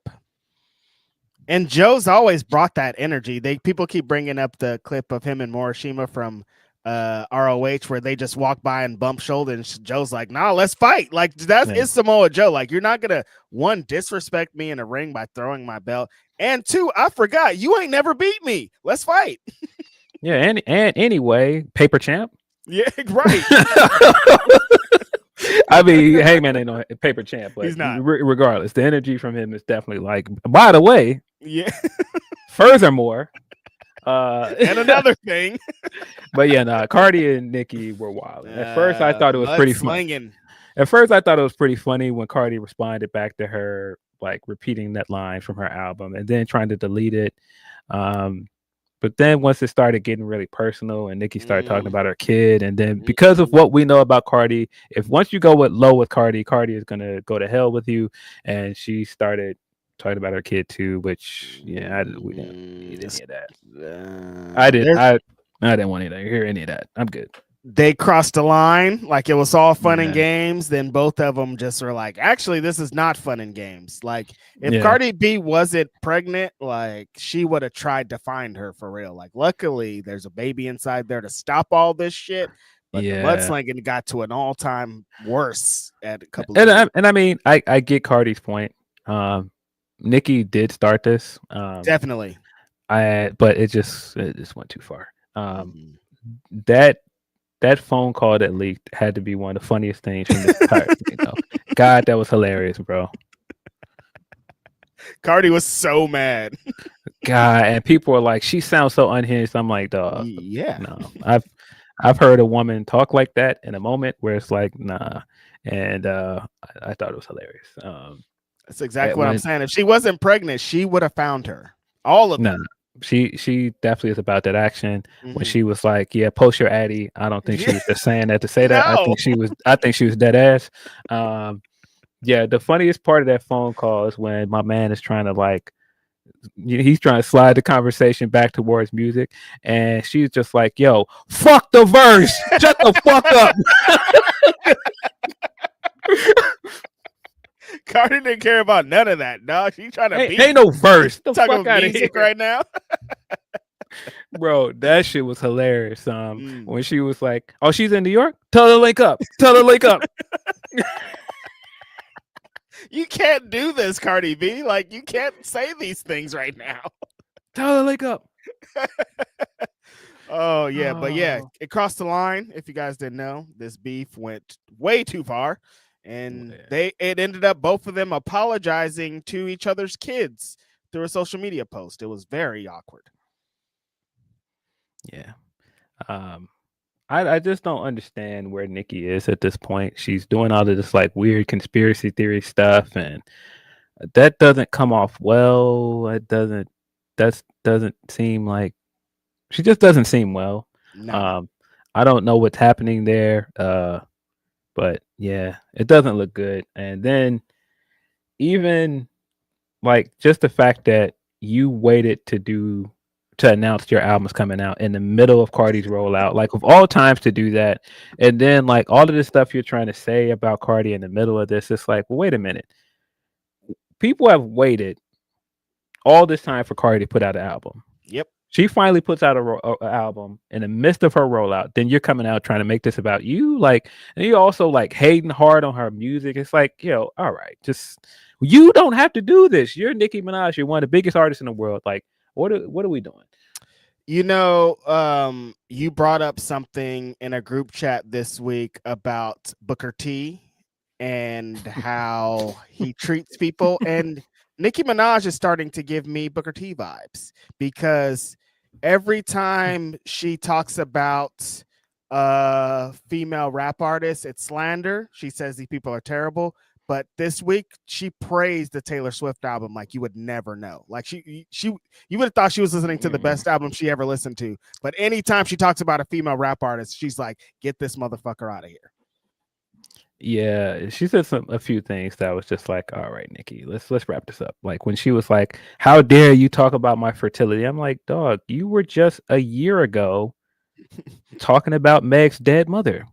Yes. Like, I said, wrap this up. Wrap all of this up. It's enough. Wrap it up, B. More from Tony P. He says, Raw was boring mostly. Can we stop it with the bloodline related stories already? SmackDown had better matches, in my opinion, than Raw, but shittier stories. For the love of God, split Julia and James up. That segment was terrible. And as usual, TNA was getting pimped out by Silva to NXT. Yeah, SmackDown has turned into WWE's worst show. Well, at least the worst of the ones that I watch. Oh, you didn't know? Yeah, that SmackDown's not very good. The only thing that's really good about it at this point is Sammy's open challenge. The rest of the stuff around it is just kind of like, eh. I mean, you don't even have like most of the main storyline stuff. Like before, it used to be the Roman show. Now Roman's not even over there. He's on Raw. A lot of times Cody is also on Raw. And Cody's the main champion. It's just like the bulk of all of the stuff with him and Seth happened on Raw. I thought the better segments with him and Seth were all on Raw. Right. That's the sit down interview segment that they aired to build up to the match. I thought was great. Like it built up like both of their motivations from the WrestleMania 38 match all the way up to the Hell in a Cell match, and their segment in the ring was even better. I thought that was probably Rollins' best promos since WrestleMania, and I thought that it was perfect because it laid out the motivation for everything he's been doing since he aligned with Paul Heyman. And I thought like all the undertones to everything was great. Him coming out and continuing to say like, this is for the future of this business. And Cody comes out and like, listen, I'm dramatic, like, but don't you think that's a little dramatic? And he's still missing that Seth in his mind. It's like, nah, man, I let you have that one up on me. I let you be the one to beat Roman because I thought it was the right thing to do. But in his entire mind, he hated it. Right. He knew it was the right thing to do, but he had to humble himself to do that. And that's why he said by the end of this segment, I'm not your friend. I'm never going to be your friend. I didn't want to be your friend. I'm going to beat you, and I'm going to prove that I'm the number one guy. And then he walks out of the ring, and you could tell he really doesn't feel that way because I think deep down, he respects Cody. And definitely. I think deep down, he does feel some fondness to Cody. but he's been telling us for about 5 years, I want to be the guy. And Cody's in the way. So I think all of that stuff played out very well. But yeah, it's very interesting that all of the Cody stuff that's interesting did not happen on SmackDown. They had the tag match that ended SmackDown, which was kind of I did think the ending of it was great. Because now Rollins is fully in. I have to beat this guy. I don't want any help to beat him. I'm going to beat that guy. And so he's been telling the Bronze to stay away from Cody all this time. And Heyman has been doing the opposite, sending the Bronze to mess with them. So Cody is tending to Randy in the ring, and Rollins keeps looking back in the ring like he wants to go in there and jump him by himself. And Heyman the entire time is telling him, don't go in there. He's in your head. Don't do it. He runs in there, tries to curb stomp him, and eats a cold crossroads for good measure. Yeah, I still think that this needs to go a specific way in Perth. If Seth loses, all of this is going to feel pretty pointless. But I do like the build they've been going with so far. I think it's the best thing that Seth has done in months. I think Cody needed this as well. Just SmackDown is just all over the place. The EO Asuka Rhea triangle has really been the most compelling thing on Raw. They opened the show with that this week. I thought that segment was really, really good. I think the Kyrie has been phenomenal. The best actress in any of this, when she comes backstage and tries to talk to EO, and she's like, look, we can fix this. We can still be a family. Just apologize to Asuka. And EO's just like, no. And she walks away with that sad face and leaves what looks like a note in her hand, and she flips it over. It's a picture of the three of them. And I was like, God damn it, Kyrie. She wants to remember the good times, the great times they had together, because this is torture to her, and it makes sense. Yeah. Really, I think that's really, really well done. Yeah, Tony, that Stephanie and Tiffany segment was very bad. It was I don't know what that was, and I continue to say that Tiffany is miscast as a babyface, man, and it's very clear. A lot of the stuff she said in that segment felt very cookie cutter and bland. It didn't work. And then they sent Julia down there to do this weird beatdown segment to set up a tag match. Now it's the two women that are going to face each other at Crown Jewel on a can they coexist team. It's just like, what? Why are we doing this, man? Yeah, I'm a bit confused because she got to a point, I feel, where the crowd was into her. She was hot, but she's such a better natural heel that I didn't understand why they switched her over. But like, you know how WWE is sometimes. If this person feels like they could be a big baby face, they're gonna at least try it. But it feels like even during a lot of the Charlotte stuff, her half was always like, it felt like, I'm gonna come in and win, and it's gonna blah blah blah. I felt like cookie cutter, like you're describing, and that's not the vibes that she gives up. Like, if you know anything about her, if you would go through her Instagram, if you follow her, you're like, this isn't what she would say on this show. No, yeah, she's just better at the heel, and I get why they turned her. But the problem mostly for this reign is she hasn't really faced any real heels other than Nia. That's it. She's only and I was surprised because I wrote a Tiffany article for Bleacher Report, and I was surprised when I looked up her title defenses so far and how many of them have included either Nia or Jade Cargill. She's had 9 defenses total. 6 of them included Nia or Jade Cargill. Damn. The other 3, of course, were the Charlotte match at WrestleMania. There's a Bayley match from SmackDown, and then Trish Stratus from Evolution. But other than that, all the rest of these matches were with Nia and Jade or one of those two opponents. God. And like I said, there's the only true heel in that bunch of 5 people, by the way. She's only wrestled 5 people for an almost 300-day reign, which is absurd. The only real heel in there is Nia.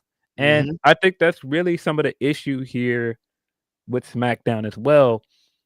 there isn't another big meaningful heel. Once She should have been the heel in all those things. Is the thing. well, even if she wasn't going to be a heel, the problem is she didn't have enough heels to wrestle. Once Naomi left and cashed in on the women's world championship, that was the next big heel for her to face, and she was gone. It left her in a place where, okay, well, I guess she has to wrestle Nia again because there's nobody else.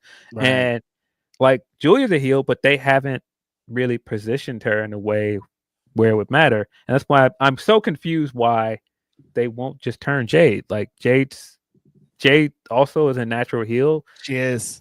And you've had these two wrestle more than once. Why? I just don't get it. Like you can split them apart and make one of or both of them heel at this point. Yeah. I also just don't think that they're booking either of the main women's titles particularly well. No. It's like they can't. It's like a gift and a curse because like they started to focus on the mid-cards women's titles and like Becky was on pay-per-view all this time and they were pushing those and they're trying to get that over, but they kind of sacrificed the other women's titles. Phil, did you see this this tweet that was going crazy about Rhea Ripley? And there's 30 million people that saw it, and you talked about it a few days ago about what she represents and why it's not being capitalized on. The more and more I think about it, the more and more I think Rhea should win the Rumble. Because like right now, if I had to pick out of the men who I think are going to win the men's Rumble, I could come up with like maybe 2 or 3 picks. Yeah, I still think like Sammy's got to be a favorite. There's a chance Punk could win. You got other options. You could throw like a wild card in there. But on the women's side, there's no real standout. And I think if you want to do a big women's match, I think the only woman on that roster right now that feels like big enough and you can build like an interesting story around right now to potentially main event that show, because that's what the Royal Rumble win is supposed to get. It's supposed to be a main event. It's Rhea. And I think like you could run back Rhea versus Io at WrestleMania. You can finally give us this Rhea Bianca match that we've been waiting for. You got options, but Rhea is just like massive outside of the wrestling fan base, and I think they've got to understand that at this point. Like, I don't think that they're pushing her in a way that shows they know that. Yeah, I don't think they understand it. Like I'm seeing Rhea Ripley in like stuff that has nothing to do with wrestling.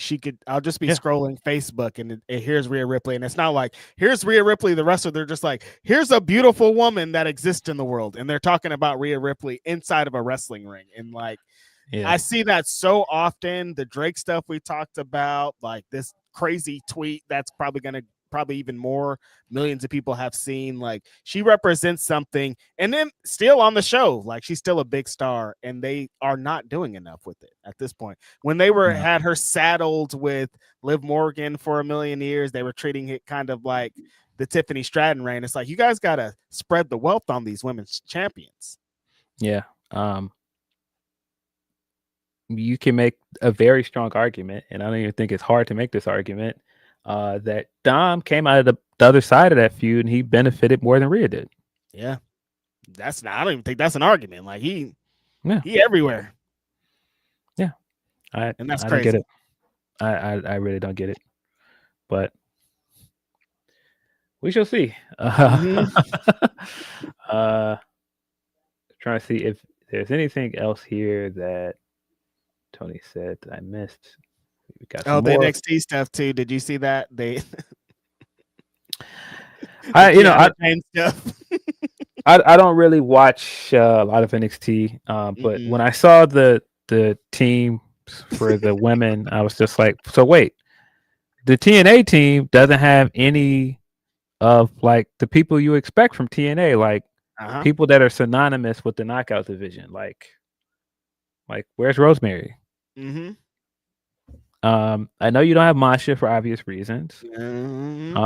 But like, where are some of the other women that are like specific to TNA? Like, where's Alicia Edwards? Like, where's like Jody Threat? Like, where's where's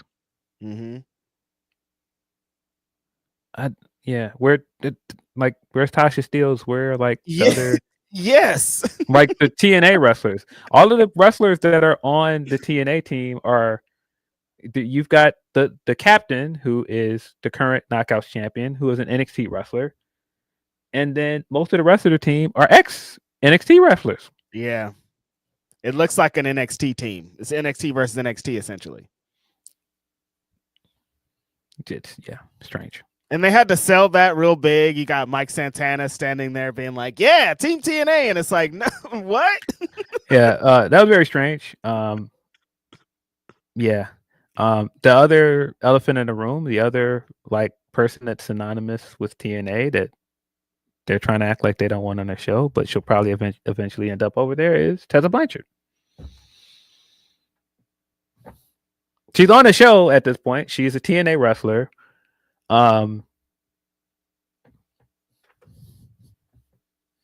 This is kind of unfortunate, strange, honestly, Phil, because the Knockout always, for many, many years, has had such a like prominent identity, and maybe like 2 or 3 like figures that you can call to. A lot of women you were just mentioning, and now it's like mostly the NXT women, and they don't have. I mean, they've had some unfortunate incidents in the last couple of weeks and months with like Ash Bael again. Shout out to her. Hopefully she's doing okay.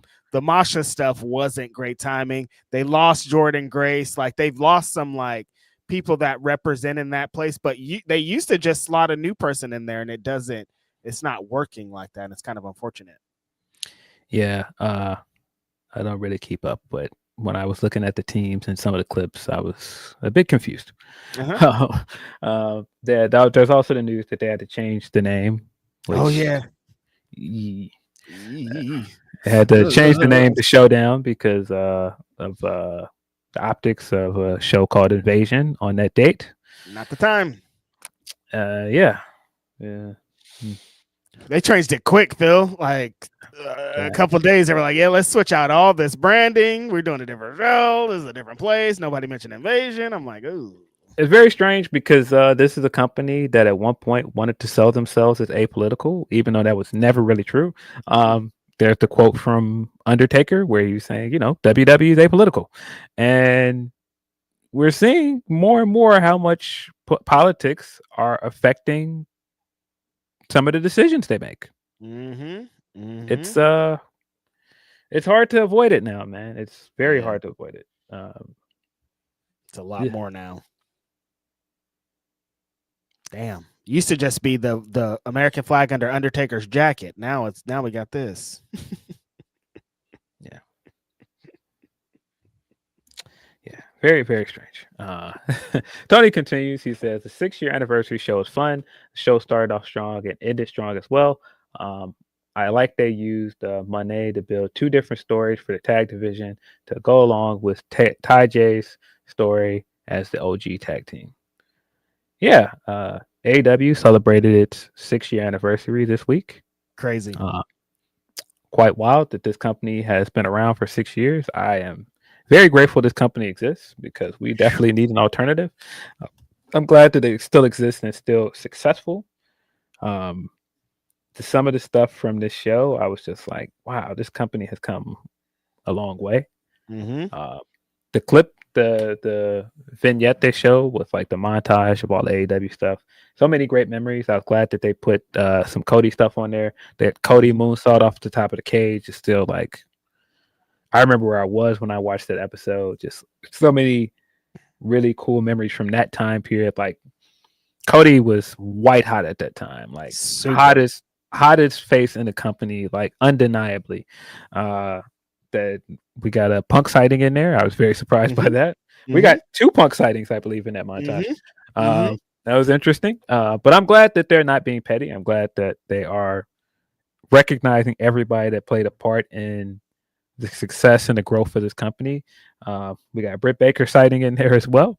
Quite a few sightings in there that I was like, oh, interesting. But yeah, man, just when you think about like 6 years of Dynamite, you think about like Bryan versus Kenny Omega on cable TV, and that was in there as well.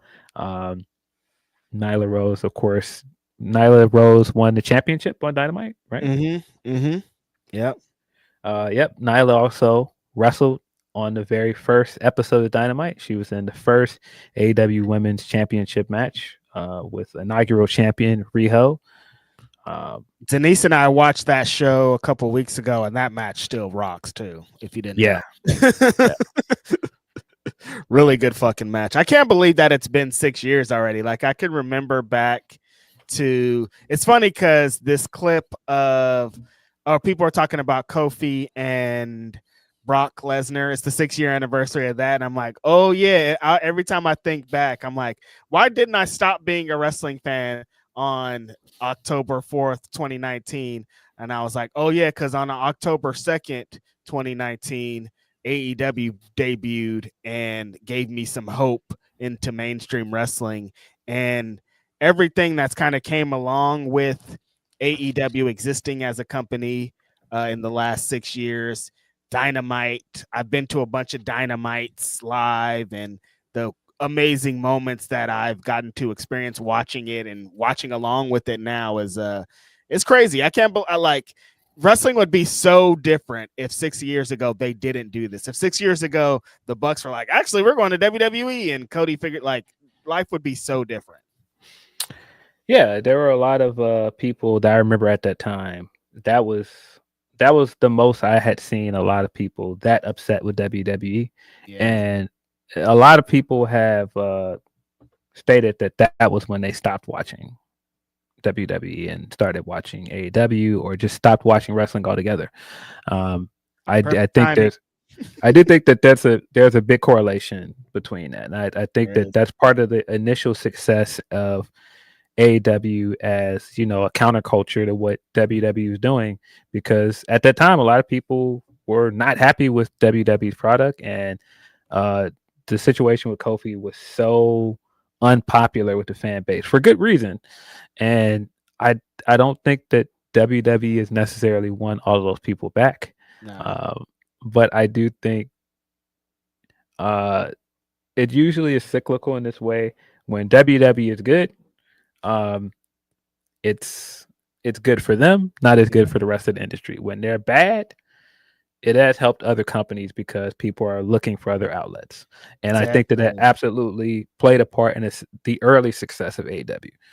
Yeah, it used to be so different. It felt so different watching a company like AEW 6 years ago, because we had been watching WWE as the main stream TV show, and they were putting on completely different products. Got to give it up to AEW helping WWE change the perspective on their TV shows and their in-ring action. They didn't used to do pile drivers. That was a banned move. Now you see Canadian destroyers, you see you see all kind of shit in WWE, and AEW plays a big role in that. The energy that was around the internet, the energy that was around wrestling. I remember going to like PWG shows and stuff before AEW started, and just like the vibes. Now that I think about it, Tony Khan was at that show. There's a show that was like PWG. It was before AEW started. It's like Tony Khan, Joey Janela, I think, was there, and like they were like all hanging out. Like, in Max was there, I think, actually, not Joey Janela, Max MJF, and just thinking of like they're starting this thing. What's it gonna be, and what it became, and to have the flagship show that, you know, comes on every Wednesday, and everything that's happened with Dynamite. We were talking about some moments this week on the watch along, thinking about Nick Gage was on Dynamite one time, Phil, like pizza cutter gate with the using the pizza cutter, then immediately playing a Domino's ad. Like what? That could have never WWE. That would have never happened in WWE. It could potentially happen now because the things have changed so much. But like 6 years ago, thinking of one of the most well-known deathmatch indie wrestlers of all time coming on the show and having that type of moment was unheard of. Damn, wrestling sucks now. You can't get those moments anymore. Yeah. I also was thinking about independent wrestling. I was thinking about like how much what we do has run parallel to AEW as well. You know, of course, our podcast starting at the time that it started, us being at 4 years with our podcast, but also I would say that I really started doing the writing and stuff around 2017, 2018. So by the time AEW really kicked off in 2019 with All In, I was full in covering wrestling. Like I remember covering their first press conference. I remember covering like a lot of the news once they first launched the company and everything around the first Double or Nothing before we even got the announcement that Dynamite was coming. And like I said, it's crazy. It doesn't seem like it's been 6 years, but like when I think about like the different outlets I've been at in 6 years and just the time covering this company, there's something special about AEW in a sense that it's one of those. It's the only. I was gonna say one of, but it's the only company that I've watched since day one. Like all the way back to the birthplace of AEW, All In. I was at that show. And so to just say that I was here from the ground floor up, I can't say that for any other wrestling company. And that's going to make AEW special to me no matter what. I don't always enjoy everything AEW does, but I am a fan because a lot of my preferences for wrestling, a lot of my fandom for wrestling is tied to this company. I mean, big New Japan guy, and a lot of their early shows were people that migrated from New Japan here. And so it's wow, like I said, this was I did not think we would get this point. I not to say that I didn't think that this company would last this long, but just to think of everything that has transpired in 6 years. I mean, the big migration from New Japan to AEW, the CM Punk years, the Kazuchika Okada no longer being a New Japan wrestler and debuting on Dynamite. Sasha Banks does not wrestle for WWE anymore. She wrestles for AEW. And there's so many things like that like years ago I would have never guessed that. I would have never guessed that Punk would come back to wrestling, let alone be in a company that was not WWE. Yeah, it'd be like this random brand new company. He's going to come back to wrestling for that. People are going to leave WWE and still make the same money or even more money in a different company that's not WWE. That didn't seem viable. Thinking back, I was at the first Double or Nothing, and that Cody and Dustin match and how wild that was. Seeing the debut of Mox and how like the Mox is such an important figure in this company. Like Chris Jericho played a very important figure in the early development, but without Mox, as we know now in hindsight, this would be a completely different company. Totally different company. I mean, like when you think like a lot of stuff that Mox did on Dynamite, I mean, Mox beating CM Punk, basically squashing CM Punk on an episode of Dynamite. Just so many moments that we've seen of Mox, ace of this company, in my opinion. I'm not accepting any Mox slander, but yeah, just so many things. If you would have told me watching the main event of WrestleMania 37 that Mercedes was not going to go on from there to accomplish a bunch of other things with that company and become like the face of that division like she should have years before that, I would have got that wrong. I would have never guessed that she would end up working somewhere else. I felt like she was going to be there forever just because of how her and Bailey would talk about WWE and how much it meant and they wanted to be there. I was like, oh, she's a forever WWE wrestler. I'm so happy that I was wrong. Her being in AEW now has been the legit best. She was my favorite wrestler, women's wrestler of all time before she came to AEW. Can you get even higher than being my favorite women's wrestler? Because that's what she did. Like she's double what she was previously with the matches and things that she's done. Alex Windsor brought up in a interview recently how much that Mercedes match meant to her. That was a Dynamite match. The Athena and Mercedes Dynamite match is insane. Like it's one of the craziest matches. It's one of the craziest matches you could see. And that I think that's what has been the most important for me, at least, Phil. The way that weekly wrestling has changed, like weekly TV wrestling, like we see 5-star matches on Wednesdays all the time. Like that's like a normal thing of like fucking Osprey and Darby Allin are going crazy, or the Bucks and the Lucha Bros are going crazy, or any kind of crazy iteration we've seen over the years. Like, high intensity, the best wrestling you ever seen is the norm on just weekly wrestling. And that wasn't a thing. In 1995, you weren't seeing the best wrestling you ever seen in your entire life on TV. That wasn't a thing. Yeah, man, it's just wild how much wrestling has changed. That period of Dynamite going head to head with NXT and how much has changed since then.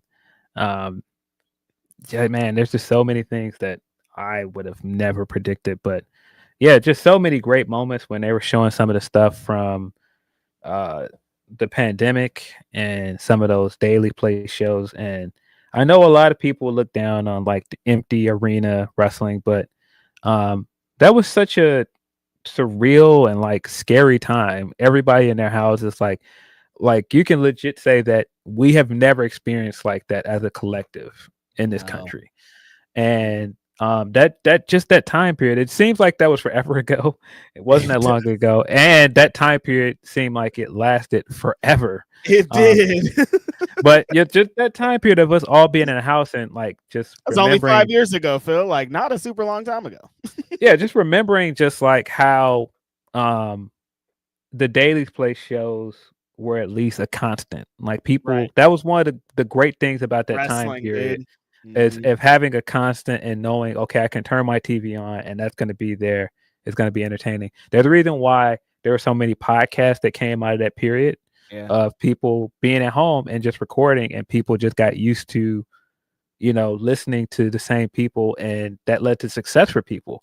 And I think the daily play shows were such a interesting time period because, man, some of it was not great, but man, like that first episode with Cody standing in the middle of the ring with the spotlight down on him, and just like how comforting that was for a lot of people. Like even like the first Double or Nothing in Daily's Place, once they could have a live crowd, and just like what Daily's Place represents to AEW as a whole.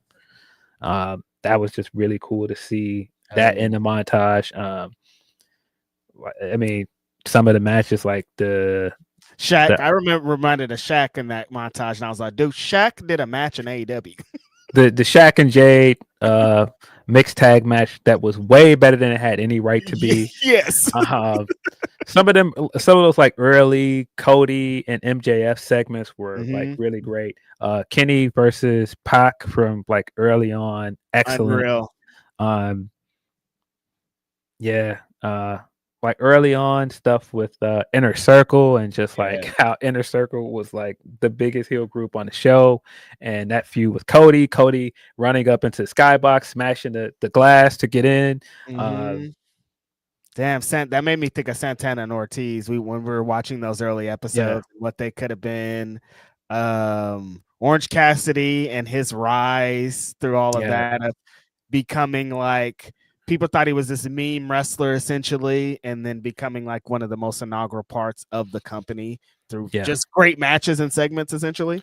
Yeah, the international title run was incredible. I've seen some people saying in the chat, Rick Ross on wrestling television. Rick Ross. Accusations. False accusations. He made lifelong memes essentially off of his 2 appearances or whatever. Yes. Yeah, man, what a ride, 6 years. Hopefully this company keeps going strong. Still continues to be a fixture for me every week. At the moment, it is my favorite wrestling show on television. It's crazy because it used to be NXT, but it's when this started. It's crazy how much things have changed, man. It's just crazy how much things have changed in 6 years for this company. Watching this show differently now than we did 6 years ago. Completely differently. I remember standing up. The first episode, I remember very vividly, like standing up in the place I was staying in back then and watching the show, being really excited about what Private Party was going to bring to this company, and being really hopeful for like just like a new guard, Phil. That's what it felt like. Like, damn, people that I'm seeing on the indies, people that I never thought were beyond mainstream wrestling, mainstream TV, getting the opportunities are now just on every Wednesday. It felt so good. Yeah, being able to in a streaming era turn on HBO Max and watch Dynamite. I mean, it used to be on TNT, then they made the move to TBS, and now you can just pull up Max and it's just there. It's Mhm. it's wild. Thank God. And like you were saying, the amount of things our podcast is synonymous with, essentially, Grapsody happened because of an AEW show, right? Well, it's technically Rampage. You Yeah. know, not Yeah. Dynamite, but like if it wasn't for something that happened in this company, like who knows what could have led to these things, you know? Yeah. No, that time period, I know again, that's problematic time period was Punk, but as somebody that was a big fan of Punk, when he was a WWE wrestler, but did not get a chance to go to any of the live shows. I was not at Money in the Bank 2011. I was not at most of his like biggest WWE moments, but I was in the arena for most of his stuff in AEW. Right. Like some of the stuff in Dynamite, like the Dynamite on Thanksgiving where he had the first promo with MJF. I was there. Like there's so many other like the MJF match at a Win Trust that was also on Dynamite.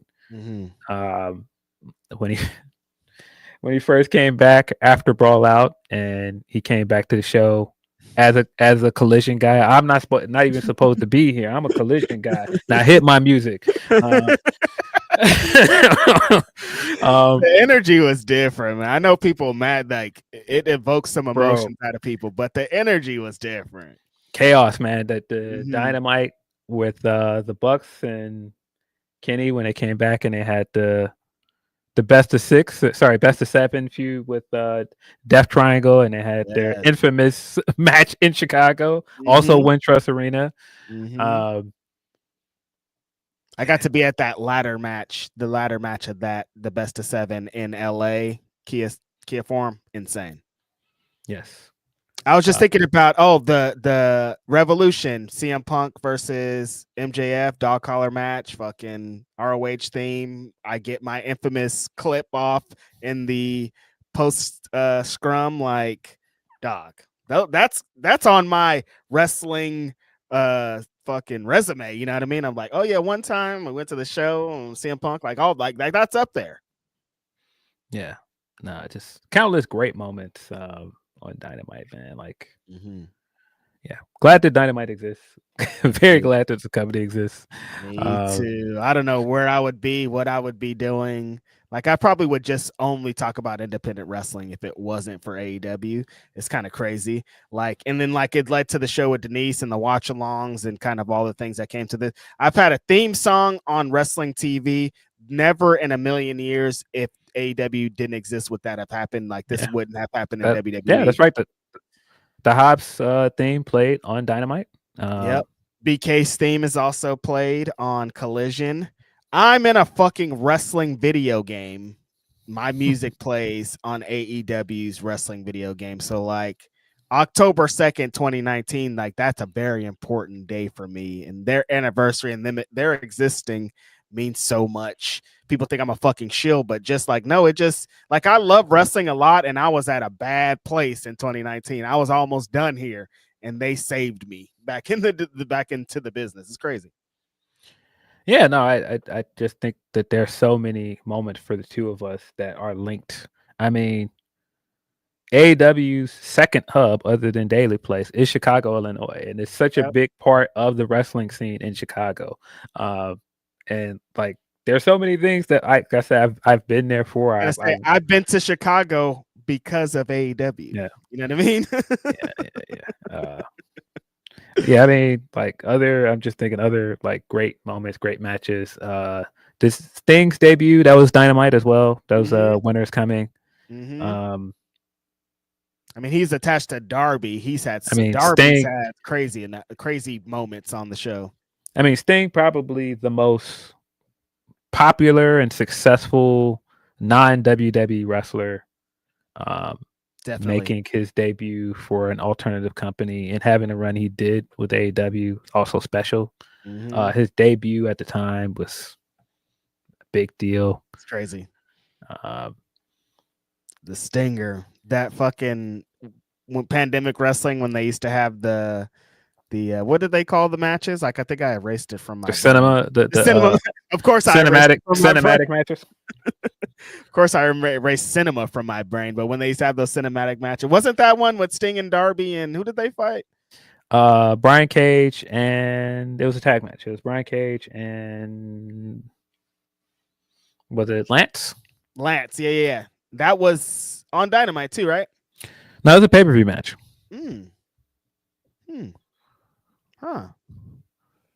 See, it's been so many times. It's Brian Cage and Starks.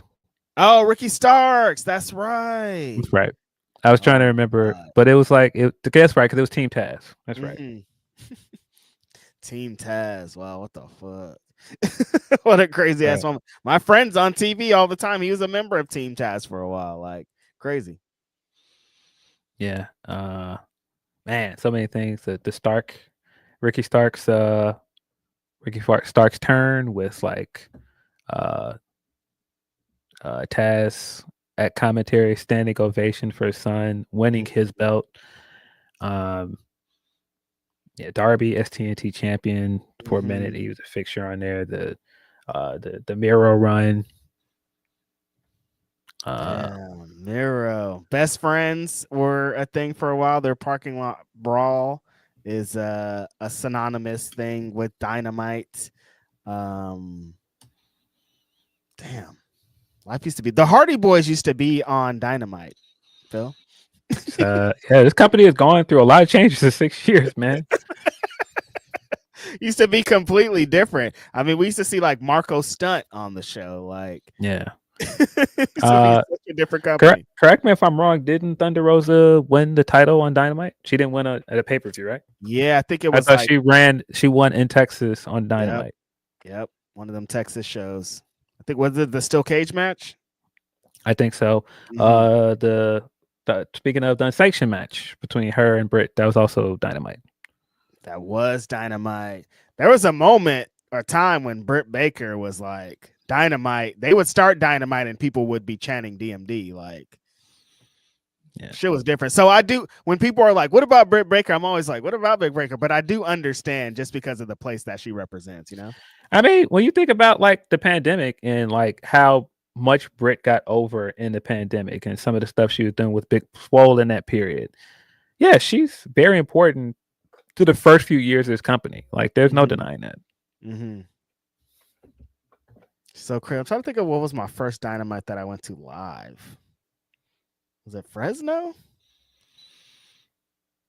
I've been to a bunch of them. I know the first Dynamite I went to it was all the way out in Hoffman. It wasn't in the city.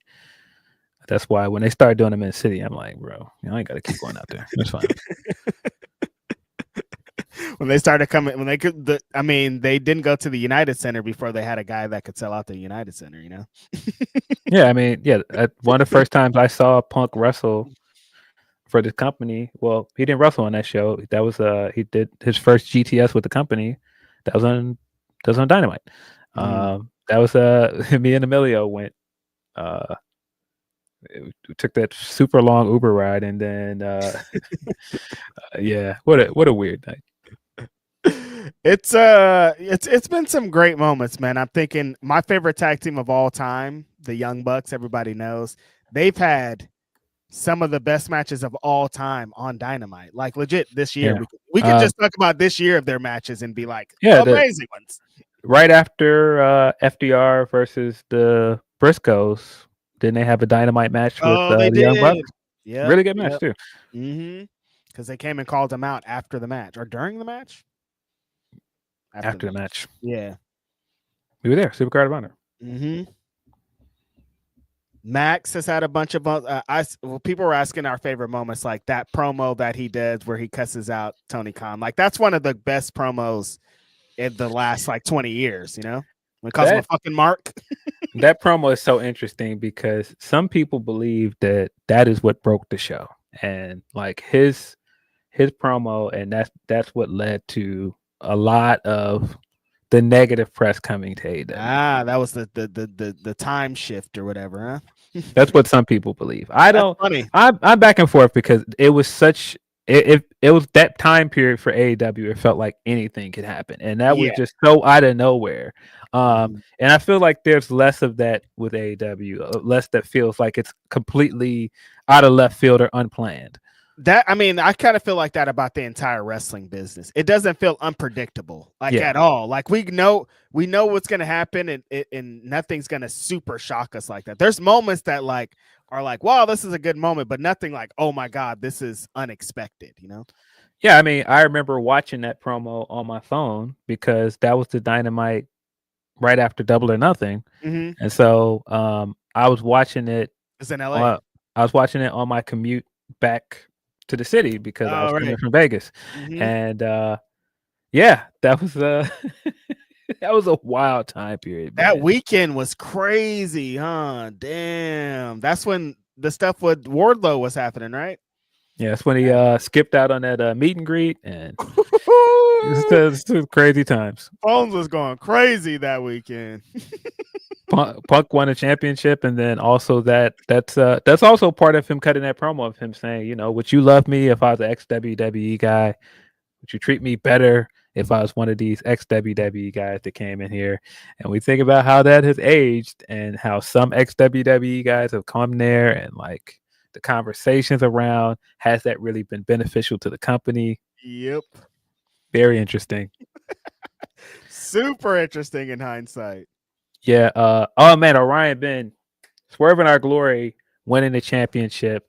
That was one of the few surprises in wrestling where I remember when I was a kid where something would happen on like Raw or SmackDown and I could sleep because I was still thinking about it. Like Rock getting beat up on Raw, and I'm just like, man, what's gonna happen next episode? And like the Swerving Our Glory win was so out of left field to me because I just did not see them winning, and it was such one of those like good feelings coming out of Dynamite, and I couldn't sleep. Like, I can't believe it. These guys are champions. Damn, I love wrestling moments like that. I don't know why the first one I thought of was when there's an episode of SmackDown. This will be a good Will Washington. He would be like, yeah, I remember that. The episode of SmackDown where Triple H got fake bit by the rattlesnake, and like the whole episode he has the thing on his face. Like, I remember that episode being over and being like, I can't sleep, I got too much adrenaline. You know what I mean? Like, wrestling isn't like that anymore, man. You can't get those moments as an adult. It's hard to like harness that, and that's what a lot of Swerve's moments have felt like when they played the montage and him talking to Hangman's kid in the crib, and his first promo, burning, his first promo, like all that shit was like, damn, that was crazy, man. Somebody was just posted. Oh, I saw that tweet where somebody said they really miss Swerve, and it's him. He's all bloody and he has the staple gun and he's stapling his chest. I'm like, this motherfucker Swerve. That's when I was like, oh, this fool's on something else. He crazy.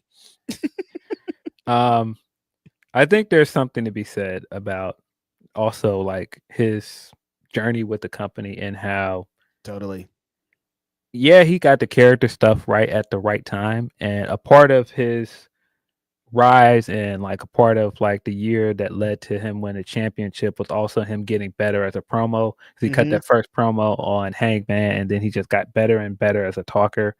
But there is really something about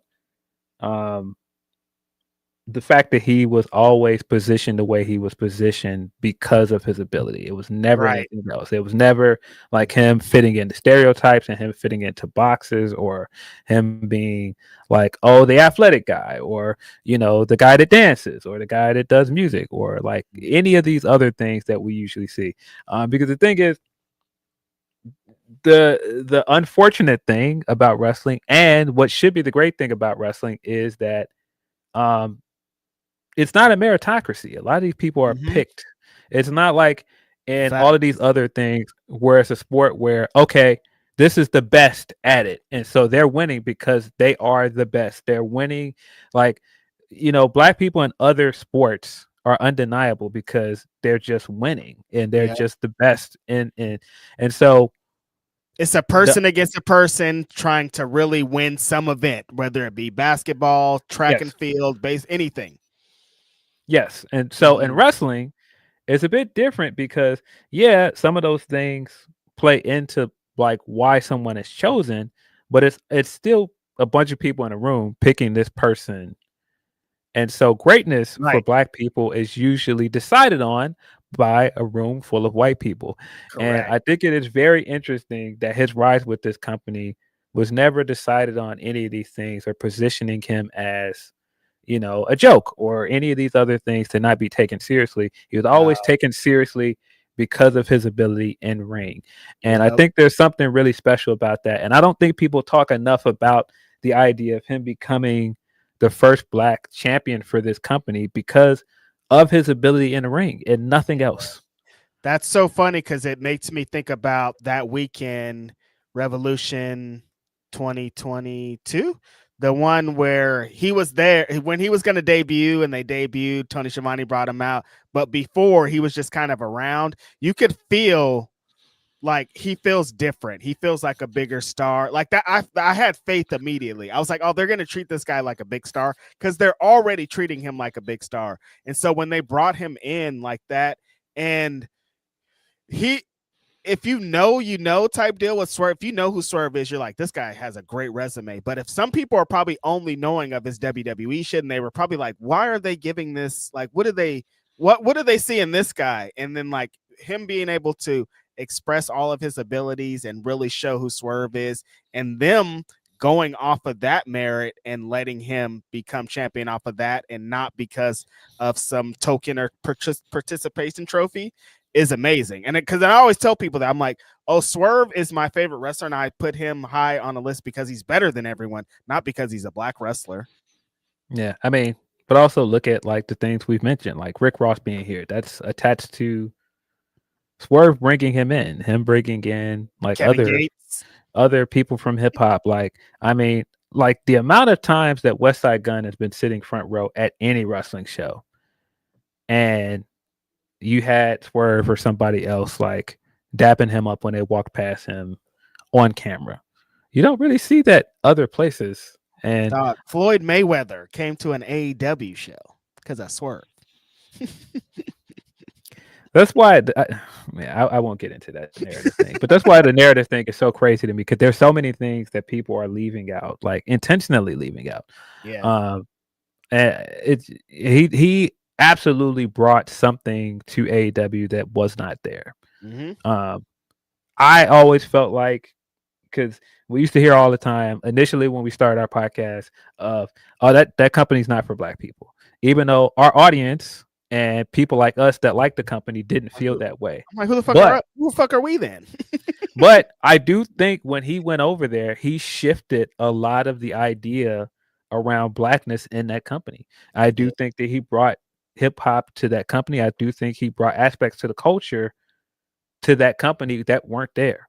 Definitely. Dog, Bun B was on an episode of like Bun B, like that's a hip hop fucking legend, dog. He shouldn't, like, we shouldn't be just seeing him regularly talking about something. And that's what it was. Like, there's a lot of moments like that I felt personally like as a kid, I didn't see this shit. I didn't see anybody that looked like me and that was cool and that was presented like all of the other top guys, dude. Like it's different. Yeah. I mean, yeah, the Jade run that happened mostly on Rampage sometimes, but like some of her big matches on Dynamite, like her big debut on Dynamite, the fucking Brandy segment, the open mic segment, the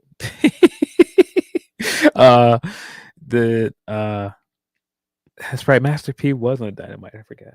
Oh yeah, I completely forgot about that. That was hilarious. Master P was on too. What the fuck? They've had some weird cameos on AEW. I fucking love it. Fucking Bow Wow. Bow Wow, man. They thought that they were gonna do something with Jade and Bow Wow for months. Bro, I keep meaning to ask you if you saw this. This is kind of off subject. When Maul and Rory interviewed Joey Badass, and Joey was like, he tells a story about seeing Maul at Jermaine Dupri's house, and Jermaine, like, Maul saw him standing next to one of Bow Wow's plaques, and he was like, "This is it. This is the guy that inspired me to rap." And Maul was like, "Wait, what? Bow Wow inspired you to rap?" I'm like, "Dog, Bow Wow was that guy at one point. Don't like." Bow Wow was a huge star, bro. Like, And they don't, just kind of like what I just said with Swerve and like seeing somebody that looked like us. Do you know how many young black kids saw Bow Wow and like, that's me? and was like, Thousands, I millions, can do this now. Yes. So And that's that's exactly what Joey was saying. He was like, you know, Mhm. I saw myself in him. I saw like, hey, he's doing this, and at a young age, I can do this. And when you think about how Yep. young Joey was when he got into rap, and he was a kid. it's just crazy how these things connect. And He was like, a kid. Of course he loved Bow Yeah. Wow. You know, yeah. it's just wild. But yeah, the Bow Wow and Jay stuff was interesting. We never got a conclusion to that. Nope.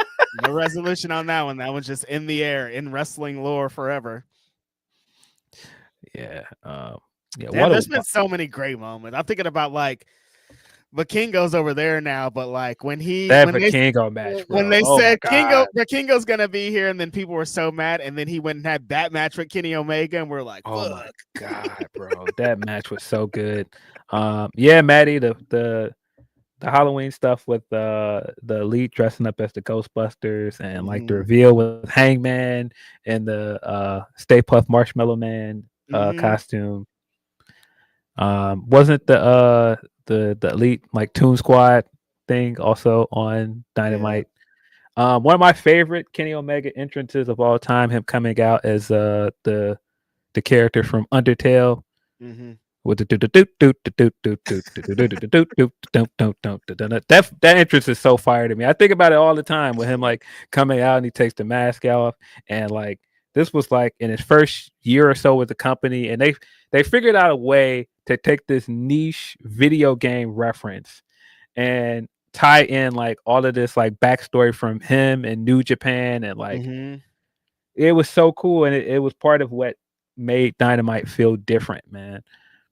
The Kenny Omega bits, like thinking of back in the day in like the late 90s, early 2000s, they would make compilation. They'd be like, this is a Stone Cold Steve Austin WCW compilation and all of his moments.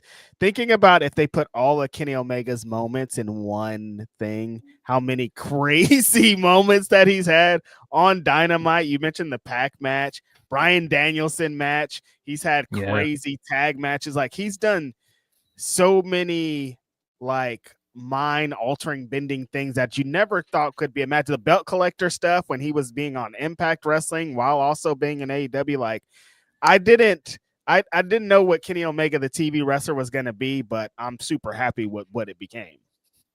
Wasn't on Dynamite when he came out with the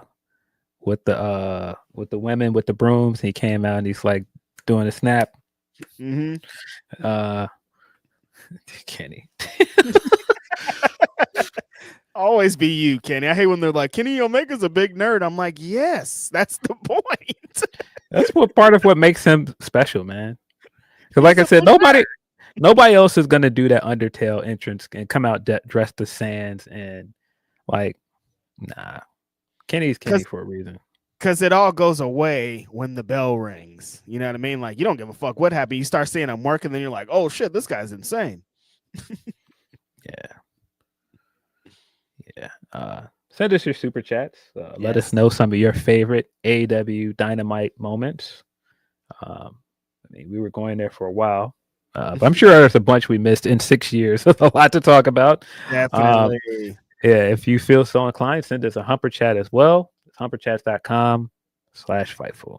Tyrone Kidd is starting us back with a very hilarious super chat. Thank you, Tyrone Kidd. He says, Reg, pick one, $35 or your DAP back. That's a tough one. I really want my DAP back bad, though. So bad. God, I want my DAP you back. want that back more than the $35?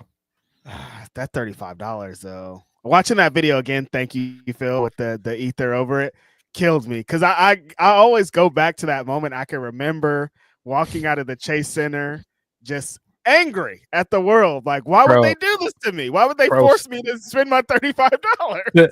To my point again about like how this felt like this was a long time ago. Wearing a mask, bro. Like we've been wearing masks for a long time, bro. Right. Yeah. I'm masked up. That's 2021. Like, That's not a long time ago, like you were describing, Phil. Like thinking back to being stuck in the house, legit stuck in the house, and watching wrestling being the thing, and understanding what the play, not understanding what was going to happen, is such a crazy time. But Tyrone, yeah, I'm gonna go with the $35. Yeah, because that changed a lot. That changed a lot. Mercedes was on that show and they dogged her. They tricked me. That's when I walked out and they tricked me into this tag match. They thought it was going to be a good tag match and they were like psych. And I was like, oh, this show's a joke. They don't respect my time, so I don't respect their time. Nah, T. Daniel Barber, bro, you are definitely not getting in no WWE show for $35 no more. That's over. Hell no. That time is over with, buddy. You can't get the last seat in the venue for $35 at this point. Yeah, nah. And I had a pretty good seat too, like the second level, the seats that I usually get that are like $150 to $250, $35, and I got it on the day. I walked up to the venue too. You're not getting done nothing for $35. I walked up. They weren't sold out or nothing. They're like, "Come on in, brother." That was it. Have I been to a show since then? No, I've been to Mania since then, right? Have you? No. I don't think you have. I think the last one that I went to was the Mercedes and Sasha and Mercedes no, because the from WrestleMania 38 up, right? We've gone to every WrestleMania weekend together, and you have not gone to any WrestleMania. Because the next one was Texas, huh? And I did not go. Yeah, no, because I remember night one of WrestleMania, I went back to watch in a room and eat barbecue, and then the next night, I ended up falling asleep on it. Yeah. And I watched horrible shows, but I ended up. I mean, like I forgot everything that happened on night 2 of WrestleMania 38. But yeah, collectively it was good. But like, yeah, damn, it was busy weekend to go. That's crazy. I thought I had been since then. Appreciate that, Tyrone Kid. That's hilarious. Leonard Aarons III, again, appreciate you chiming in, homie. Says, coming up on 1 full year since Trips told y'all he only sees color, or he only sees talent, not color. Are we sure he even knows how to book it? Because unless he's opposite of Vince, we've got no signs he really knows how to do that on the regular. Yeah, Leonard Aarons, I'm with you, dude. I'm every time they bring up Oba, I'm like, I want to, and I love what they do with Javon. Like right now, I'm like, it looks good. But he's not officially on the main roster. I feel like Melo kind of did this kind of same thing where they brought him in before he was official, and they were like, this guy's cool. Look at this. Can be cool. I need to see you on the main roster. You're there every week and getting some kind of push before I'm like, yeah. Well, I mean, to be fair, they did bring Melo up, but Melo was losing a lot, and it wasn't like they're doing Javon. This is a bit different. Yeah. I don't know that means we should get our hopes up. I don't know, but man, he's such a special talent, man. Like he on the surface, he looks like a can't miss talent. But we've seen them miss before with can't miss talent. So I don't know. Like Montez Ford's never going to be world champion, is he? Yeah. Well, at least Melo is getting away from Miz now. I hope that means something. I do think it's interesting. He tried to answer the U.S. title open challenge last night, and Miz stopped him before the match happened. That made me think that there's a chance that he could answer the challenge later, and the reason they're putting it off is because he might win. I could be wrong. I don't know, but I think that would be a big win for him if he beat Sammy, because they're booking Sammy like he's like super Cena right now. He's beating everybody. They're letting him use the fucking Blue Thunder bomb to beat everybody too. Like I'm like, yeah, no, they fucking with Sammy hard over here. Yeah. So we don't know. Yeah, what do you think is the ceiling for Obafemi, man? I've seen a lot of people trying to put their predictions out there for how this should go, and I just keep thinking, taper them expectations, guys. People are saying like, oh, he's got to come in and immediately win the Rumble. He's got to have the match with Cody. I'm like, wait a minute, guys. I don't want to compare because we're in a different life, we're in a different thing, but like I'm immediately like, okay, what was Bobby Lashley's trajectory? Because I kind of feel like these guys are the same. Like they represent the same things. A big fucking heavyweight wrestler that throws and cool people are into. we've heard MVP and what he said about this. We've heard him talk about people over there and how he feels and how it's seeming like they feel about black wrestlers. I'm like, what is Oba doing different that's gonna be different than what they were doing? Like, why is he gonna be pushed different than they would have pushed fucking Bobby Lashley, who's a big star? Now they have been like NXT's different, Phil. Like he was a big star in NXT. He was world champion or NXT champion over there for a long time. Like they push him like he's a unbeatable type guy. Like it's different, but NXT has always been different. They treated Keith Lee like a big star. They've treated some people over there. We've seen some things before. Ricochet have gotten an opportunity, but as soon as they get to the main roster, things change. Melo's here. Trick Williams. There's still people that have been in kind of the same position that the main roster hasn't treated them like they should be. So at this moment, I have zero faith that they're going to do anything with Oba, but he has been moving different, and the crowd does feel something about him, but I don't know if that'll matter. The big difference I will say with Oba and a lot of guys you named is that Oba is their product. He is their project. He is an NIL guy. And at this point, he's probably the most successful NIL wrestler. And not even probably, he is. He's the most successful product of the NIL program. And I think because of that, they have vested interest and making sure this works with him so that they can go back and say, look, this works. Because that's the big difference between Bobby. Bobby wasn't initially their guy. And even like some of the other guys you named, they were indie wrestlers. Like Keith was an indie guy. Mello, indie guy. Swerve, indie guy. Apollo, Dragon Gate. Like all of these people, like they came somewhere else first. I think that it's kind of like the same situation with Bianca, where Bianca was eventually going to work because she was like their homegrown talent. And I think that's why I'm not as quick to say that it won't work with Oba. I still think that I got to see it to believe it. Totally. But I do think they have more vested interest in trying to make this work with Oba that they didn't have with some of the other black wrestlers we named. Tiffany Stratton, is she NIL? I don't know when they started. I think she came straight to the PC. So I guess technically NIL because she was a gymnast, but she came straight to the PC. Gotcha. So yeah, I guess technically NIL. I don't know, but yeah, I just didn't know the timelines. I didn't remember when they started. I feel like she came right before the NIL. So I guess technically you can say she was in the same crop of talent, but I believe she was a PC recruit before that. I could be wrong. But yeah, I think like, and that's a perfect example of what I mean. Like Tiffany Stratton is a homegrown WWE wrestler. And because of that, they're have made sure to push her heavily. Even when it's looking like it's not going to work, they're going to continue to push her because they have vested interest in doing that. Totally. I mean, that's Roman's story. Like they felt like Roman started from FCW in the bottom, and they were like, this is our guy. He started here. We're going to fucking push him until you like him. Yeah, but yeah, Power Driver finisher. That's what I'm saying. I think if she's not an NIL wrestler, Tiffany, I think that she came straight to the PC and she trained from the PC from a gymnast up to a wrestler. I don't think she trained anywhere else. I think she is a direct product of the Performance Center. Totally. And Oba's the same way as an NIL guy. And that's why I'm like, I don't know. If they don't get this right with like their biggest success. Yeah. Their biggest success story for NIL, I don't know, man. I mean, when I look at like what he represents,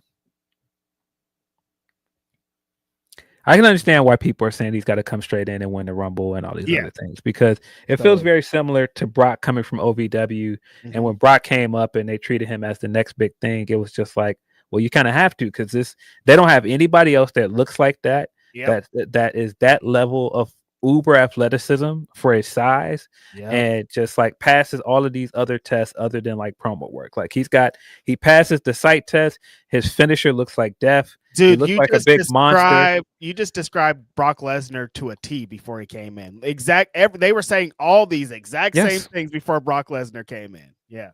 And so that's why I understand when you think about like Oba Femi, Right. And like the similarities between Brock coming in, Oba should be pushed heavily. He should be pushed as the next big thing. I just don't know, man.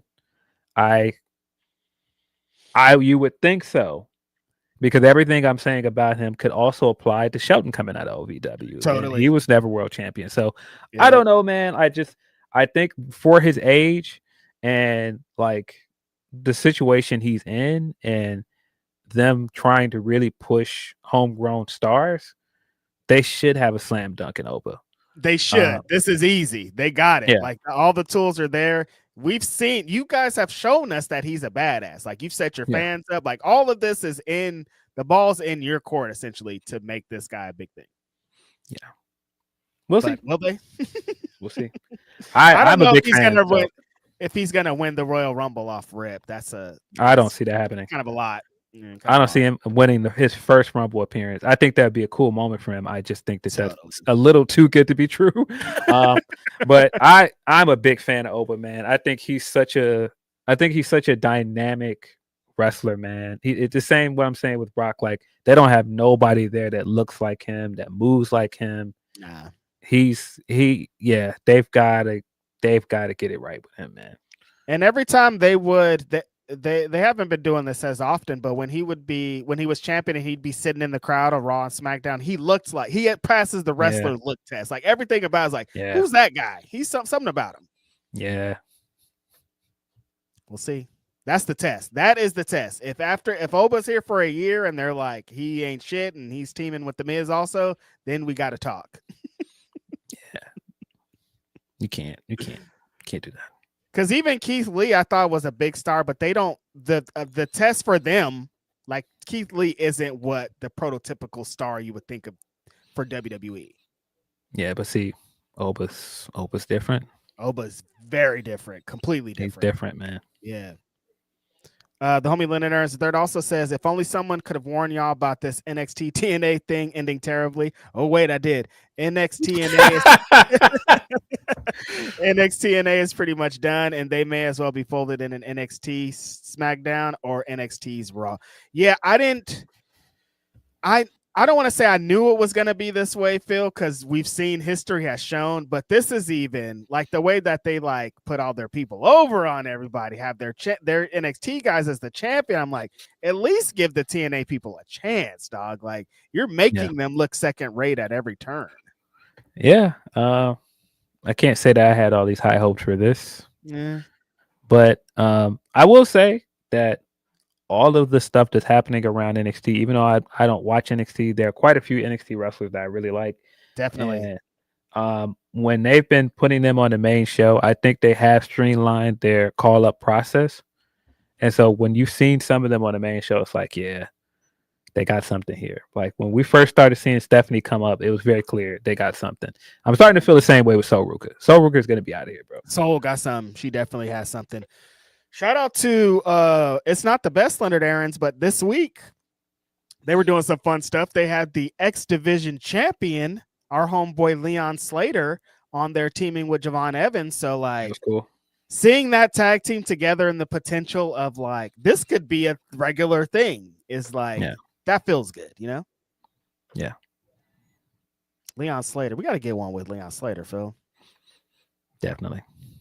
Appreciate that, Leonard. Grapple Geekery says, I love most of Dynamite. We need 2+ women's matches a week ASAP since they now have tag titles. Also, Don Callis family, greater than the Death Riders, greater than the Learning Tree. You're going too far here, Grapple Geekery. Bro, how many wrestlers he need, dog? What's got going a squabble up, a whole squad. How do you feel about it? Denise thinks it's the worst idea ever. She thinks it's overload. Do you think the Don Callis family is overload, Mr. Philip Lindsey? No, because this is eventually going to blow up in his face. Right. You can see it. They're already setting up too much. They're already setting up to catch the face turn, and you're now setting up to catch the leaving and having to make his way through all of these wrestlers to get to Okada. And so I think in that vein, I'm fine with it. If it was just him just stacking up wrestlers and I didn't see any story here, I'd be like, what is the point of this? Mm-hmm. If he was just hoarding for hoarding capabilities, it'd be way different. But they're gonna tell some stories with that, specifically Takeshita trying to conquer fucking Okada. Yeah, definitely good. Appreciate that, Grapple Geekery. Van Twinblade says, y'all hear the Baby on Nirvana Nevermind album cover who was suing Dave, Chris, Kurt, and Courtney Love, and the label and the photographer are distributing CP of him in this toss case because the baby's naked on the cover of the Nirvana album. The homie came back and was like, this is this, but then they threw the case out. Yeah. Wow. I'm not up on it, but that sounds crazy. An iconic album cover. That person from the album cover came back and was like, this is wild, you guys, let's do something about it. But I mean, yeah, we're doing a little too much. Just ask for some residuals, man. You don't got to make everybody feel weird. Yes, did see that, Ben Twinblade. Glad they got it all figured out. Grapple Geekery also says, bought tickets for the first Women's Blood and Guts this week. Can't wait. I love me some Triangle of Madness, Hater, Aminata, and all the ladies in it.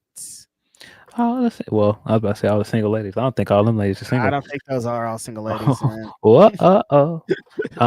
Yeah, man. I do agree too that they need to start doing more than one women's match on Dynamite.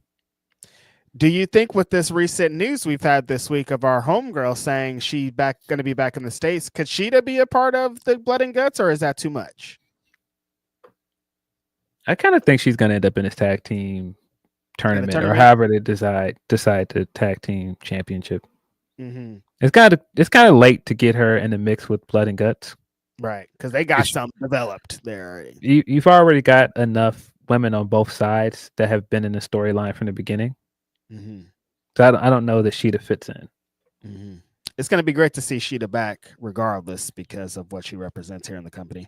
Grapple Geekery also says, for the record, I am a fan of everyone in the D-Riders and Inner Appreciation Tree. I also have zero love for their endless repetitive storylines. Yeah, totally. It's a little overload. I get you. Yeah. Like if you're not a fan of the Death Riders and they keep doing that Death Rider shit, you're probably like, all right, chill on this Death Rider shit. Yeah. Appreciate you, Grapple Geekery. Minimal says preseason NBA has just begun. Yeah, let's do it. Just 17 days to opening night hype. I'm very excited to see basketball back. I was in Alabama last week with the homie celebrating his marriage, and there's just all football. And football's not really my thing. Honestly, last weekend was the first time I watched a full football game since like 2017. And I was just like, I don't really love it. But basketball, big fan. Very happy to see it back. Yeah, I'm kind of the same. I am a much bigger basketball fan. It almost feels like I am a reluctant football fan at times. Understandably. Because I have this unfortunate love for this team that does not love me back. And so it's more that I'm a Bears fan more than I'm a football fan at this point. What an unfortunate life. I was in my group chat, my cousin's a Cowboys fan, and like every Sunday he's just in there upset, crying, yelling, screaming. I'm like, it's been like this for 30 years. Don't you want happiness in your life? Like, can't you I know people are all about being on their teams, but 30 years of heartbreak, like, can't something good happen for you? Hey man, bye week. We are 500. No game this week. So listen, man. Good on y'all. I feel good, man. I don't know. I know already because I've been a fan of this team for a long time. Yep. That's not gonna last. Nah. But I will take it. This city is very funny. When they won their first game of the season and Wiener Circle was giving out the free hot dogs, I was like, this fan base will look for anything to celebrate about one win, man. And we're already like all in the city, like getting rowdy and like just it's hilarious fan base, man. That news story killed me. They're like, when it started and they're like, we're just waiting. And then like 20 minutes later, it's packed with Chicagoans trying to get they glizzies off. Like, I'm not mad at it. Bro, Caleb Williams, quarterback for the Bears, his dog was up there and like they had like people all out front, go Bears, like one game. One win, bro. Like unserious fan base, man. Listen, eat your dogs, no ketchup. I feel y'all. I'm not mad at it. Yeah, people were like, people said I was wrong when I said this Caleb quarterback run is going to feed families. And look, feeding families. There you go. I was like, y'all are hilarious, man. Distributing glizzies through the community. Come on. Appreciate that, Minimal. Marcus M says, Sheeta said she renewed her visa and contract. Yeah, we talked a little bit about Sheeta. We are all very excited about seeing Sheeta back here soon. I know there was something with the Mercedes stuff, but I really like them to run that match back. Sorry. Yeah, I would love to see them run that one back. I think think there's, even though it was a little bit gritty, I'm like, I kind of like this grittiness though. Yeah, I think there's a Sheeta Statlander match. Oh yeah. Dude, Sheeta's so sick. It sucks that we get these. She'll come and then she go. She'll come and then she go. Because like she tears it up. Yeah. Appreciate that, Marcus. Dex Baker, the homeboy, says just the entire BCC versus Elite feud. The first time the Elite slide in to back up Hangman. I saw backup Hangman. I was like, Ibu. To back up Hangman to end the show. The Mox Omega cage match. Ibushi debuting. That's right. I forgot. Like the first time we see the Elite back together on Dynamite, that was a great moment. Oh yeah. When Hangman comes down to save the Bucks and runs off everybody, he turns around and they're there, and he's got the butterflies on his pants. Hard, super hard. Dex brings up a great one: the Mox and Omega cage match. Omega hits the V trigger through the fucking cage, almost splits all of his bottom half in half. Yeah. Very dangerous. Ibushi, all of the blood and guts matches. We haven't talked about any of the blood and guts matches, the men's ones that they've had. We've seen some silly moments. We've seen some wild moments. Chris Jericho was real mad from his big mattress back bump that he took. Like, we've seen some crazy moments. The Stadium Stampede, there is a couple of them on TV. Like, what a thing. Yeah. That's right. All the blood and gut matches have been on Dynamite, correct? Yep. Happening again. Mets fans says, appreciate that, Dex Becker. Mets fans for life says, not a single AEW moment, just Julia's growth. Yeah. Julia's she's had a great run with the company so far. Yeah, I think we've talked when we're talking about the AEW women's tag team stuff, like her and Sky they're gonna be champions eventually, but like their ascensions to getting those tag titles, I think is gonna be really good. Yep. It's going to hit hard when they win. Appreciate that, Mets fan. Leonard Aarons III also says Oba is black. Oba is under 30. Oba does not have a daddy who used to be on payroll. WWE with Triple K booking him will not do shit with him. You never know, Leonard. He could be WWE champion one day. Things have changed. Corey, Kyrie, Katie, pick a cake. That's one of the wildest fucking Nikki verse lines ever, bro. Kobe, Kyrie, Katie, pick a cake. Something is wrong with that person. I appreciate you, Leonard Aarons. Thanks for all of your contributions today. And then Marcus M also says the parallels of Cody Swerve's career since the trade in 2022 are interesting. They are. That was one of those. That was one of those matches that I wanted as well when Swerve got there. I think Swerve. Totally. Yeah, that'd been interesting. Swerve Cody would have been an interesting match. It would have been. It would have hit. That's all of our super chats. Thanks, Marcus. Damn, that is when Cody did leave and then Swerve came, huh? That's crazy. Yep, around the same time period. Wow. Yep. Shout out to the homie Swerve. Happy birthday. It was his birthday this week. Yeah. Seen a lot of people I know celebrating with him. Yes. Mm-hmm.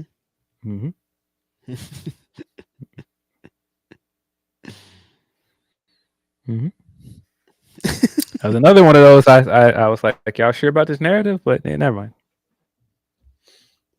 I was thinking that too. I was like, this is looking, but what they told me was that. All right, okay. Is that JoJo? Oh, yep, well, that is. All right, okay. Listen, outstanding. Girl, you knocked me out.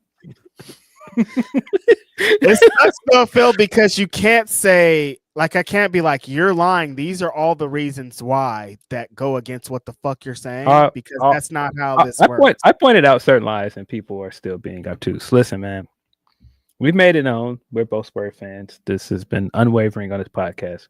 There are like 3 more accomplishments where it's going to be over for that. I don't want to hear no more. It's just going to be dead for that. I don't want to hear no more of that. My favorite is when the people that hate Swerve praise this other guy, and then like Swerve helped that guy get here. I don't know. Exciting. Oh, you like that guy too? Oh, you mean this one that? Okay, no, all right. And then when Swerve was like, "Hey, shout out to those people," they're mad at him. I don't understand any of this stuff. So, listen, man. Sometimes you don't like somebody. There are people I don't like. That's a fact. And it's fine. It's all right to just be like, I just don't like this person. It's cool. Or just don't say anything about him at all, because that works. That works even better. Yeah, well, that's fine. From Tony P, he says, the end of the opener proved AEW tells stories, but maybe too many, LOL. Still okay with the different ones getting told, though. It was funny to see Denise's reaction to Andrade's return. At least hers was better than Dave's. Who was pissed. Yeah. Dave is so mad.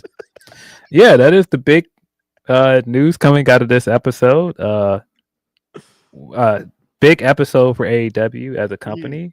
But the news is that Andrade is back. When the lights went out, I was like, oh, we're getting surprised. And then it was Andrade slowly taking his mask off. And I'm like, we know the mask. That's you, like, Andrade. I know the silhouette. That's Andrade. That's why when it happens on the clip, I'm like, the one that I posted, I'm like, that's Andrade. Like, Denise didn't know. I'm like, he wears that mask all the time. It's not even a surprise. Like, everything about this is Andrade. But yeah, I was excited because I sat on this show and was like, man, come on back to the dub. This is listen, man. I didn't know it was gonna be so fast, Phil. Like, you said that like 3 weeks ago. I felt like. Bro, he went over there, got him a Royal Rumble entrance. He had some pretty good matches with Melo, but then he just became part of the crowd over there. Yeah. And I'm like, bro, it felt like we were just scratching the surface with him before he left. He had a pretty good Continental Classic run. And I was like, man, we're finally getting to some matches. We're cooking, and then it was over. So, and every time he would have a big match in AEW, it would cook. Like, that wasn't the problem. It was something. I mean, I guess he wanted to get back to his girl, but all the AEW moments before he left, I thought were good. Yeah, he had that match with Malachi that I really liked. Mm-hmm. He had a few matches. Tag match. Yeah, he had a few matches that I really enjoyed. I really enjoyed him in the Continental Classic. So I am very excited that he's back in time to take part. Hopefully, he's a part of the field for this year's C2. Good timing. Yeah, perfect timing. But yeah, it was very jarring that he popped up and then immediately joined the Don Callis family. I was like, wait. Why did you do that? Hold on, Andrade. What are you doing? Don't do that. But and again, when I saw that, I was like, "Oh, we might get Andrade versus Takeshita. We could get Andrade versus Kenny Omega." I was like, "Oh, I'm good with that." Sounds but good to me, like, did we really need him to join the Don Callis family? Probably not. I don't know. But yeah, that image of Don with all of his acolytes behind him, I was like, this is wild. Have you seen the video of them all backstage and Don's doing they're all doing like the Hechicero hands? It's so fucking funny. Bro, Hechicero's hilarious, bro. When he came out last night for the CMLL show and he's got like this big staff and he's still doing a hand gesture, it's fucking hilarious, bro. Fucks with Hechicero heavy. But yeah, I didn't think this was gonna happen so quickly. Phil Lindsey legit just threw this out there on a pod and was like, hey, wouldn't it be great if Andrade came back? And then minutes later and all these things, Sean was here. He left WWE and now he showed up here. Them doing the blackouts reveal is so silly sometimes. But when it hits, it hits. You know what I mean? Like, it's too much. It's overload at points. It's like, oh, you guys are doing the lights out thing again?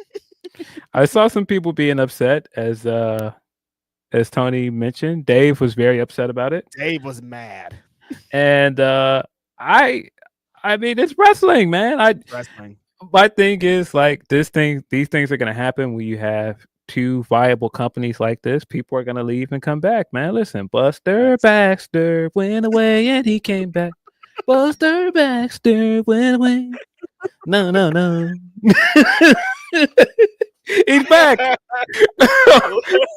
Listen, I've seen people for years. We talked on this podcast about the finessing that one Mr. My World Jeff Jarrett has done. Hey man, He's listen. been in every wrestling promotion there's ever been. We watched Sid, Rick Rude was on Nitro and Raw in the same night. Listen, the game is the game. And it's always going to be clean. It always going to work how you work. The thing that was frustrating and annoying me the most this week, Phil, were the people being like, we don't need him, like talking like this isn't a tremendous great wrestler, and like, bro, what if he ruins backstage? What if he like all this stuff that doesn't have to do with him being a TV wrestler? I'm like, I don't give a fuck about that. What's he gonna do on TV? Yeah, look, man, I know some people are like, AEW has gotten past this place where we're constantly hearing negative backstage stuff. Yes. And they don't want somebody there that could start bringing that kind of stuff. That negative energy, you don't want it. I hear you. Yeah, I get that part of it. But I just feel like that's going to happen because it's wrestling. There's always going to be something. It's not going to be perfect. And I mean, hey, he could come back over there and not behave and end up gone in a year or two. Maybe. I don't know. But I just don't think that it matters that much. I mean, if it works out, great. If it doesn't work out, WWE is still there. AEW is better equipped to deal with these things than they were in their infancy. This is a company now that's been around for 6 years now, and I think that they can handle a situation like this better now. It's very clear to me that Tony wanted Andrade to stay, because I don't think. Because the story was that he had offered him a contract. He was waiting for Andrade to sign it. And he kept putting it off. And then all of a sudden he was like, he's leaving. And so the fact that he offered him a new contract tells me he still wanted him there. And I think that he probably appreciated the fact that Andrade, even though it seemed like he put a fast one on him, he just left and he didn't like. He didn't slander. He didn't go to the bullshit thing. He didn't burn a bridge on the way out. He just didn't sign a contract, went back to WWE. And so I wasn't surprised when he showed up, because I was like, it seems like Tony liked working with him. I don't know. Yeah. I'm just assuming here. That's the only thing that I had. Like, I had knew that he offered him a contract, and I was like, well, he wouldn't offer him a contract if he didn't want him to stay. Like, that didn't really, if he didn't like him, so right. I think it's fine. Like I said, if it don't work out, he was one of those problem childs that ended up over there in collision with the rest of the island of lost souls. I just don't like how these fans are like, if it doesn't work out, it's a reflection on them. Like, if it doesn't work out, who gives a shit? If it doesn't work out, it's the latest of something in wrestling not working out. I don't know why people take these things so personally. I've seen people trying to do it with Ricky too, where it's like, oh, well, Ricky flopped over here, so he had to run over there. Or it just didn't work out with AEW and he went somewhere else and he's doing well. Why is it personal, man? It don't have to be personal. This is what wrestling always was. Stone Cold Steve Austin, stunning Steve Austin got fired, and then he went to WWE and became Stone Cold Steve Austin. That's just how it works. It didn't work out in WCW. Might have, should have, but it didn't. Bro, same guy you're talking about took his ball and went home. And then he left again. He's actually, I don't even want to do left. Just was like, hey, if you want me to lose this guy, I won't be there. I'm going home. Mm-hmm. And he's still regarded as like one of the greatest to ever do it. Do you know how many people have done problematic things in wrestling and they're still working somewhere? It's fine. It's not like this guy got into a fight on the way out and got fired. It's not like no, this guy. I mean, a lot of people's favorite booker right now is the booker of NXT, and he terrorized a place. Vince McMahon was waking up in cold sweats all the time because of what this guy was doing, terrorizing the place, doing drugs, fighting people, losing his spot, doing all kind of crazy shit. And people are like, that's the greatest of all time. What do you mean? notorious stories. I mean, what we just talked about with a guy that was very problematic with AEW and left and went back to the company that he spent 10 years slandering. He spent 10 years saying that place sucks. I was sick because of that place. I hate that place. And went right back over there. That's why I'm like, it's wrestling, bro. It's fine. It'll lost be friends, he lost all kind of shit. And he's like, fuck it, it's wrestling. It's wrestling. Well, let me go back over there and make a bag and mend some bridges, bro.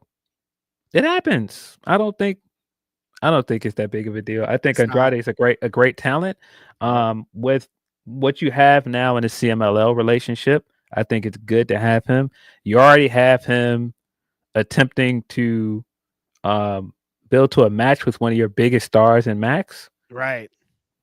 Oh man, they got some interesting stuff here. That was another reason why I hated that he left, because he left right before the CMLL stuff really got a chance to cook. And so that's what I was going to ask you. How do you think the AAA WWE relationship played with him? There's that rumor out there that he was not happy about working with AAA because he had like a bad experience working with them or something. Yeah, on the way out or somewhere, someone. Yeah, there's a rumor about that. I don't know how true that is. But you know, there was also the day that the merger or partnership was announced during WrestleMania weekend, and you could see him looking very not happy on screen, and people were like, well, you guys can't read body language and you guys don't know. Yeah, we can. He didn't look that thrilled about working with AAA, and I think it's telling that some of this talk about him no showing and some of this stuff it's something there, and it might be, but the rumors suggest that there's something there, right? So I don't know. I don't know. But I don't know enough about the situation to say factually that's why he left. There's the wellness policy slander that came out. Yeah, that wellness stuff. Yeah, the wellness policy stuff is coming out, and they basically him no showing and the wellness policy have been pushed as reasons for why he was fired. Very interesting that they fired him outright. He has no non-compete clause, and all of that is very interesting. I don't know what to make of that. He won a belt last night with the crash. Like, he's already outside, brother. Bro, when I got on Twitter during Dynamite and I saw like an hour ahead of Dynamite, he posted that picture of like that Aztec pyramid. And it's like, Mexico's beautiful this time of month and this time of year. And then he shows up on Dynamite minutes later. I was like, man, what a beast. What a guy, Doug. I saw when people were mad, Phil. I'm like, how could you be mad at this, man? This is amazing. I was like, wrestling is the most ridiculous thing ever, man. It's the silliest thing in the world. He threw us off, and he didn't need to. Like, he didn't need to throw us off, dog. We don't expect you on this show. Oh my God, bro. You're like, no, I'm out here with these pyramids. We're like, dog, you don't have to act like you're in Mexico. We don't expect you on this show. Wrestling is so ridiculous, man. I laughed so hard at that when I saw that. I was like, bro, this guy's funny. They're not going to think it. He's done a few things that are very problematic like that, but are also funny. Like right when Punk left, remember? And he showed back up on WWE, and he posted that picture with him and Punk backstage in Collision. I was like, this guy, man. I like that energy, man. It feels like old school wrestling energy, where he's just like, I don't know, what do you guys want from me? I'm having fun. I'm at this wrestling show. I'm gonna wrestle a match and fucking go home. Listen, I feel it, man. Went back over there, tried to get his queen back. It didn't work out. You gotta try though, Phil. Listen, man. You gotta try. I feel it, man. Look, it just worked for Miro. You gotta try. Miro went, got his queen back. They renewed their vows. He's happily in love again.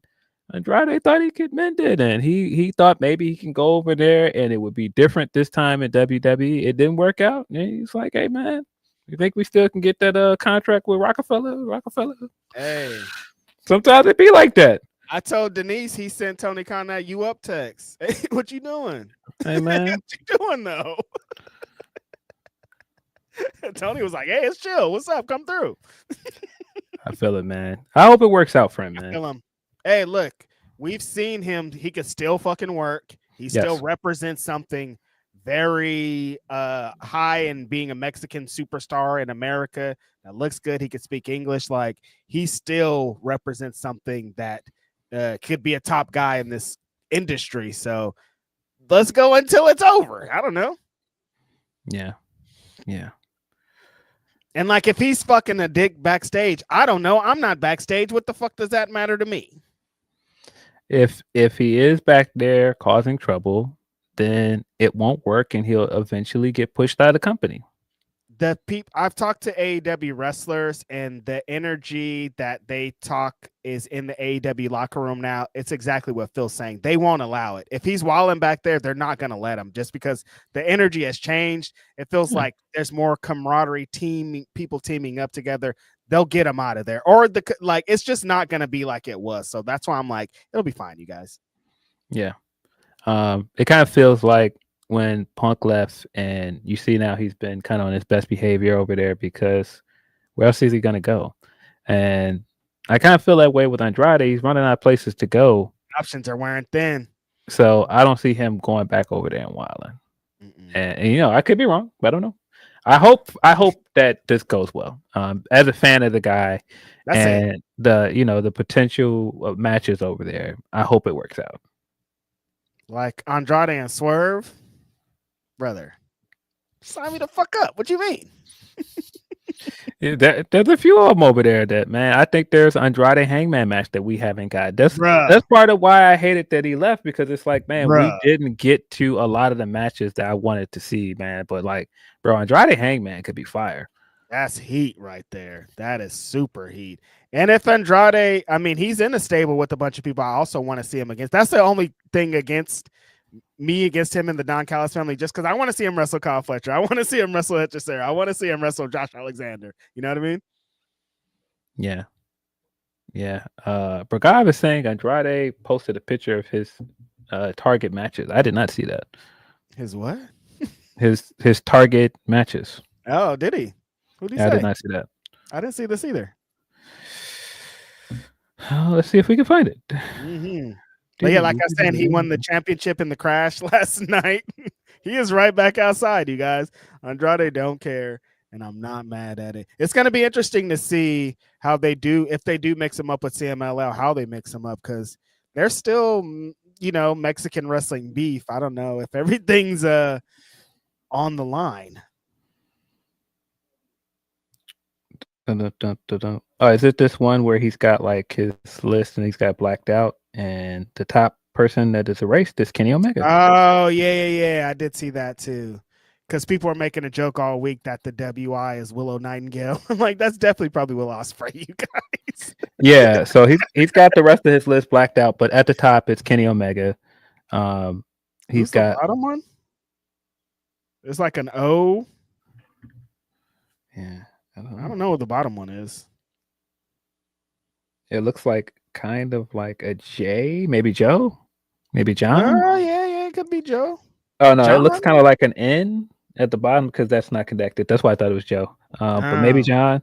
I have to assume that it's Will Ospreay. That's the middle one. Yeah, that's what I'm thinking. The W is. Huh. Interesting. Yeah. I mean, Ospreay's not going to be for a while at this point, but that's going to be heat. Yeah. The top letter is M, maybe Max. Oh, somebody brought up on Wednesday, Andrade challenging the Ring of Honor fucking world champion. Brother. Bro. Brother. Bro. Yeah. That's why I'm like, it's a bunch. I mean, there's an Okada match. Okada. Yeah. There's so many matches for him over there, man. Yeah, there's a lot. Yeah. Mm-hmm. Wow. Hologram. Shout out to the homie. Well, quick recovery. Yeah, hopefully he gets well soon. I didn't think that the Clone segment went very well. I don't think it was a great debut for Clone, but it's unfortunate because if it didn't hit how I wanted it to hit. If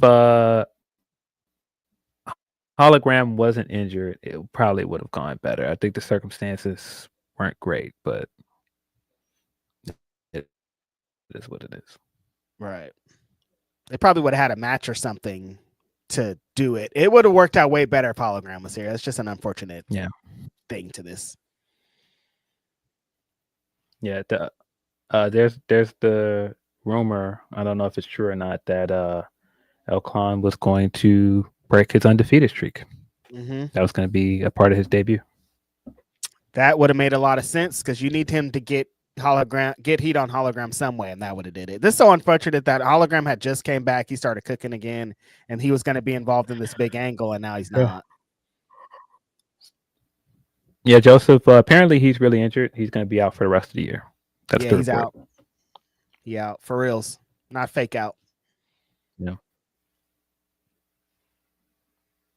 Fake out. Yeah, send us in your super chats. Probably gonna wrap this thing up. You can also send us humper chats at humperchats.com/Fightful. Yes, sir. Let's get into a couple of these last ones before we slide on out of here. Leonard Ernst III says, "Why y'all booing me? I'm right." I mean, it's just the way you're saying it, Leonard. You crazy person. But yeah, you are definitely right. The homie Busby says, "I do not trust Triple H's booking with black male talent. Oba is going to be the litmus test. If Hunter messes this up, boy, yeah, Busby, I feel like this is the one. Like Oba has all the tools. He's the guy. He can be pushed. He's young. Like if you don't do it now, then you're never gonna do it." Yeah. Yeah. Unfortunately, Mac. Sorry. Go ahead. No, I was saying, yeah. Unfortunately, Mac. That's the report that he's going to be out for the rest of the year. Yeah, they were supposed to run Kyle Fletcher versus Hologram this week for the TNT title, and that's why they switched it to Orange Cassidy. And they had a tremendous match, by the way. Kyle Fletcher is he's amazing. Insane. I can't believe this kid. Yeah. Marcus M says Swerve Cody won the championships around the same time. Oh yeah, because we were having debates on whose reign was better, and people were talking very crazy around those times. Yeah, that's right. Because Cody won WrestleMania, and then like a few weeks later, Swerve won at Dynasty. Mm-hmm. You were at Dynasty?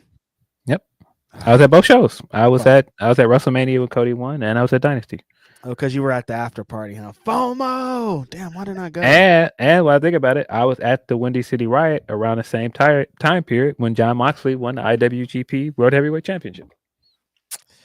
Tired of y'all. Damn. But yeah, you're right, Marcus. Appreciate that. And then Arduous says, "Happy GRAPSODY, y'all. Fun fact, AEW and DC are doing a 2-issue crossover in the next couple of months. LMFAO at Don Callis meeting Lex Luthor." Yeah, I saw the big splash for that. That looks cool. Yeah, that does look really dope. And it's great crossover because I saw so many fucking people excited about it. So that should be super fun. Yeah, that looks cool. I'm seeing people in our chat saying, I think that was Orion that said Cubs are getting rocked. Yeah, Cubs advanced in the playoffs for the first time in about 8 years. And when I was looking at it, I was like, well. Are they excited outside? Yeah, of course. It's Chicago. But I was just looking around like temper your expectations. I'm not a Cubs fan, so I'm pretty indifferent. Mm-hmm. Sox. Southside. Yeah, man. I seen Big Jim last night with his Sox hat on. I was like, see, Cubs. And the Sox aesthetic and hat just looks so much better. But I mean, yeah, I might be being biased. Appreciate that, R. Do it. And then R. Dickinson 8 says, "Salute to the milestone. Stay dangerous." Appreciate that, R. Dickinson. Thanks for chiming in. Thanks for joining us. Thanks for joining our chat on this Saturday. That is all of our super chats. Anybody who submitted a super chat today, y'all are great. Anybody who submitted a chat today, y'all are awesome. Yeah. We've got some more Humper chats. We've got a few more from Tony P. We got one here. He says, honestly, with his return, if he acts right, Sheeta confirming her re-signing along with the next batch of free agents, maybe soon, like Santos, ? AEW looks like it could easily function when the current major stars are hurt or retire down the road. Man, I would love to see Santos leave. I don't think it's going to happen, though. Santos with his little hourglass emojis this last couple of days since Andrade's been there. I'm like, quit teasing us. Stop playing with us. That's a guy.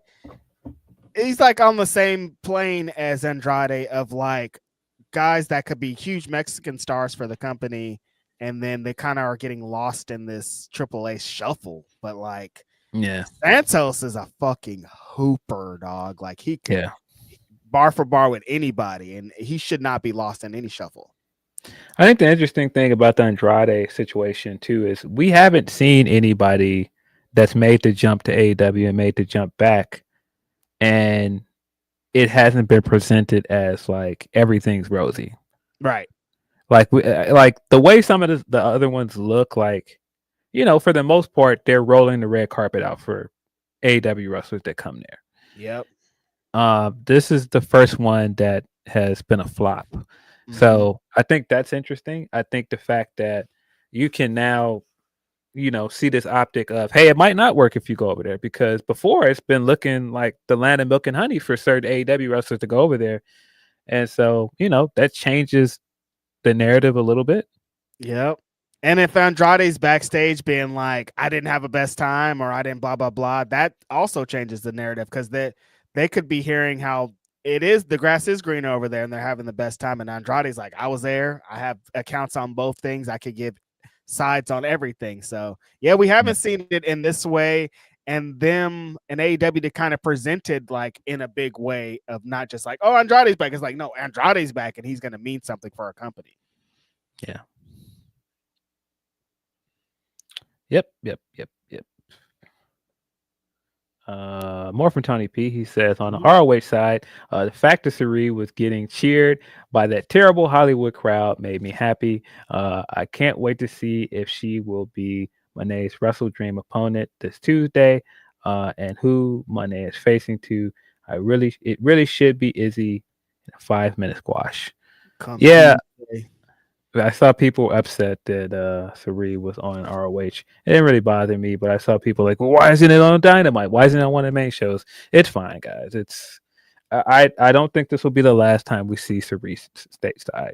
So the most active my Twitter ever is these days is when I talk about Ring of Honor. I don't like every single time I make a picture of Ring of Honor, my Twitter interesting. Saying it's crazy. Like I could tweet about AEW, WWE, and anything. As soon as I start talking about Ring of Honor, here comes everybody from the woodwork. And so for this week, I was like, every time someone gets upset about a Ring of Honor moment, they start changing the narrative and the perception and everything that Ring of Honor represents. I'm like, Ring of Honor has never been easily accessible. It's never been out in your face. It's always been gritty. They've always had crazy TV tapings. Like this isn't a new thing that AEW is doing. Like you've always had to go and find the gyms in Ring of Honor. This is the most probably subs that they've ever had. I was saying online, this is probably the easiest access that Ring of Honor has ever been in history. And people are like, this is the dumbest thing ever. And I'm like, if we ever want to get Ring of Honor to be something, the narrative that you guys keep creating is going to have to change. It's always going to be this. If you keep saying this show ain't shit, it doesn't matter, Nobody should be over there. Why are you putting this person on there? Right. Yeah. It's an interesting problem to have. It is. I don't know. They don't have enough TV time. That's what I keep like. It's like, regardless of what you do, they can't put everybody on Dynamite. They can't put everybody on Collision. This is a show for furthering something or advancing wrestlers' skills. It's needed in this company. It's almost a development brand. Like, stop being so weird about it. Yeah, it's fine. I don't know.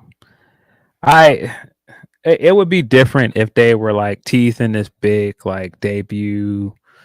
Most of us assumed she was going to show up on Dynamite based on, the stuff we saw on the internet, like her posting a picture of her getting on a plane. We all jumped to that conclusion. And so when it didn't happen, it didn't bother me that much because it wasn't like, AEW had teased something big and she didn't show up. I think that's different, but people getting their hopes up that she was going to be on Dynamite and then she was on Ring of Honor and then getting upset. It's like, yeah, but there was nothing really to suggest she was going to be on Dynamite. Right. And if it's just like, why are you wasting her time with Ring of Honor? It's like, well, I don't know, guys. Like I said, I don't think this is a big deal because I do think she will be wrestling stateside again. I do think Yes. she's going to show up in AEW or another U.S. company again. I don't think this will be the last time. Everybody's like, how could you do that to the best wrestler in the world? I'm like, if she's the best wrestler in the world, that means we're gonna see her again, dude. It's fine. Yeah, like, oh well, you only get one chance at this. Like, I think it'll be fine. It's gonna be fine. I don't know why people are so upset. Well, I guess You know why? it just didn't seem all that necessary. No. More from Tony P. He says, "Oh, and two odd questions. Who you think will be AEW champ next year?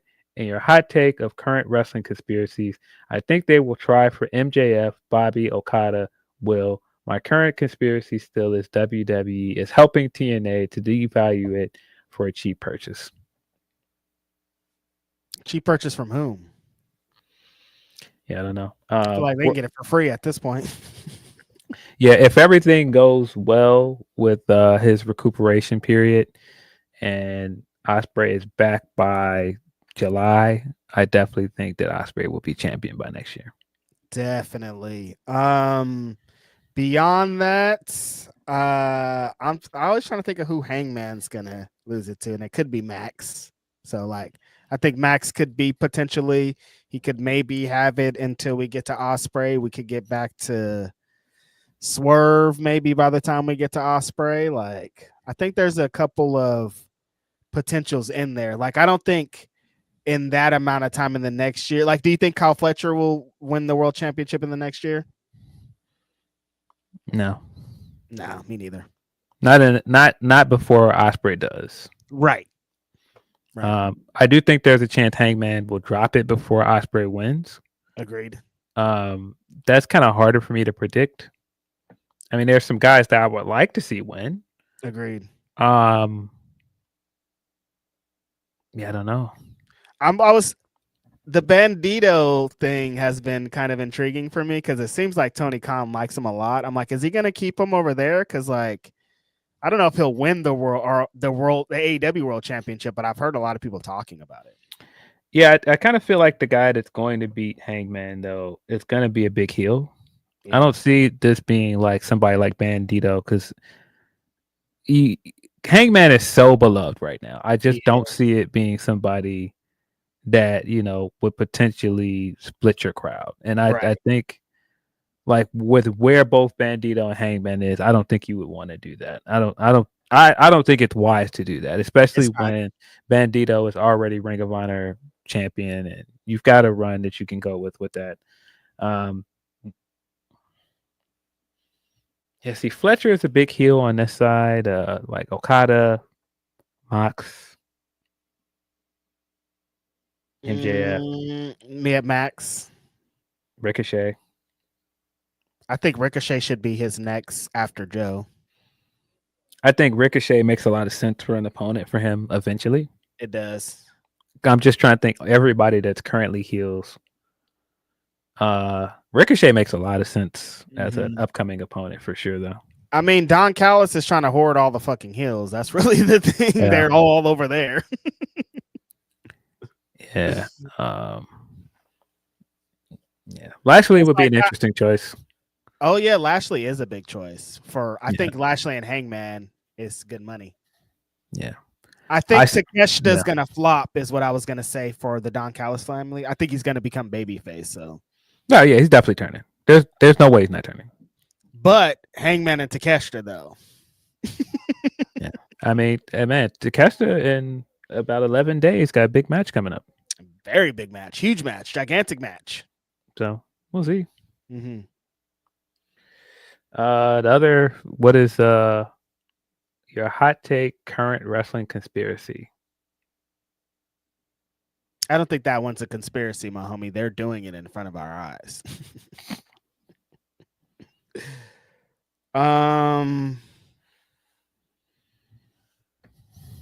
What's a wrestling conspiracy? They're all just out loud now, it feels like.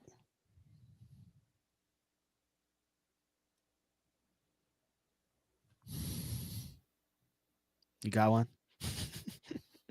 I don't know. I don't know if that's I don't know if that's safe to say on here.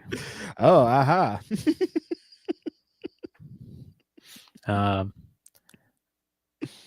I do think, even though it's worked out, I think the tag team stuff has worked. I think my theory has always been very obviously that Charlotte did not want to turn heel. And I think for as much of the criticism that Tiffany's getting, I think part of what's happening with Tiffany is because that feud didn't do what it was supposed to for her. Mm-hmm. And I think coming out of it, the other part that's kind of backfired on Tiffany is that Charlotte came out of this getting most of the sympathy, especially after that Players Tribune article came out. And I feel like there was a concerted effort for her to go on a press tour and do all of these things to become likable. And I think in response, it has unintentionally hurt Tiffany. Yes. And definitely has. My conspiracy is that some of that was intentional. And it just looks that way.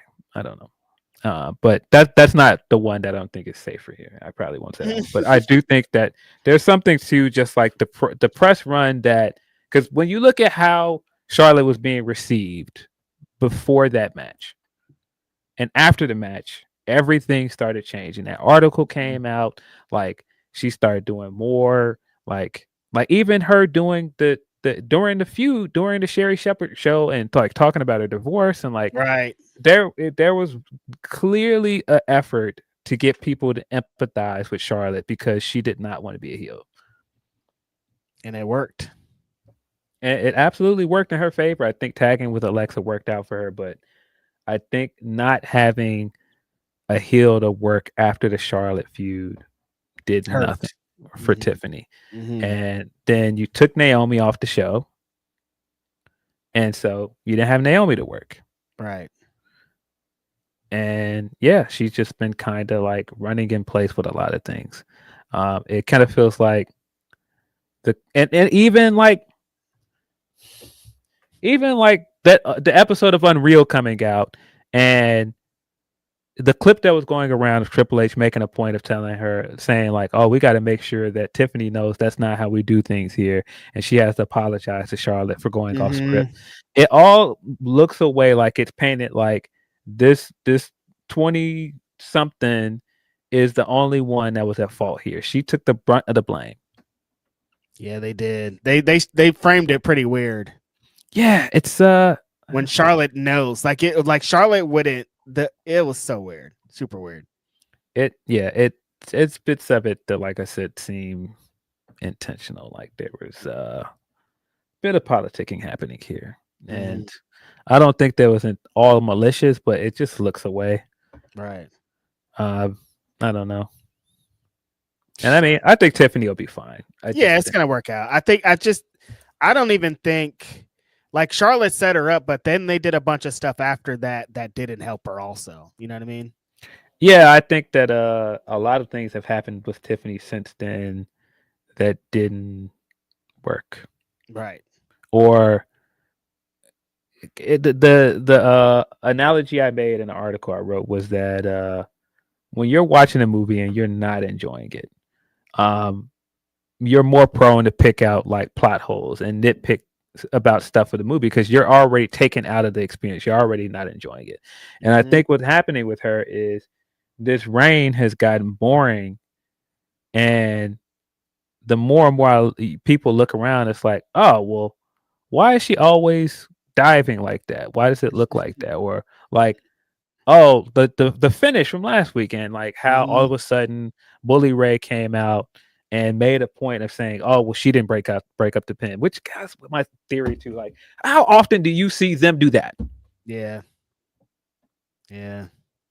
Like it just looks away. And I mean, it just keeps like, why is it always like stuff that's like made a point to say, look, she's to blame for this? That is weird when they start those campaigns. Yeah, I don't know. It looks weird. And I mean, she hasn't helped herself in some ways. I mean, let's not forget all of this started with certain things that came out online, and Yep. so it's been one thing after another with her. But I think it can work out. It's just very interesting that since that Charlotte feud, yeah, it just don't seem like they're trying to protect her in a way that they should for someone that's their champion. No. Somebody that they've been pushing so hard, it seems like they would go a little extra mile to help her out. Champion for 260 something days, and it's like you're making a point. I don't know, man. It's just certain things that look strange to me. Right. Like, why are they doing that? Mm-hmm. Weird. Yeah.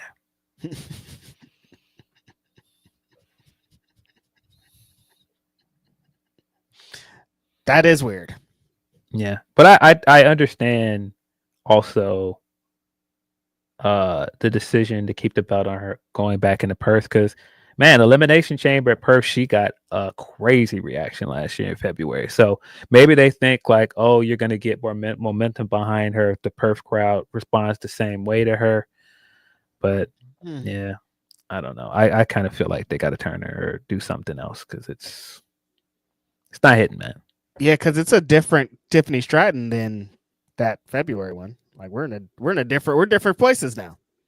Yeah, and you're going against new hotness, man. Mm-hmm. Stephanie Bakir is she's popular now. She sure is. Yeah, so she's we'll hot. see.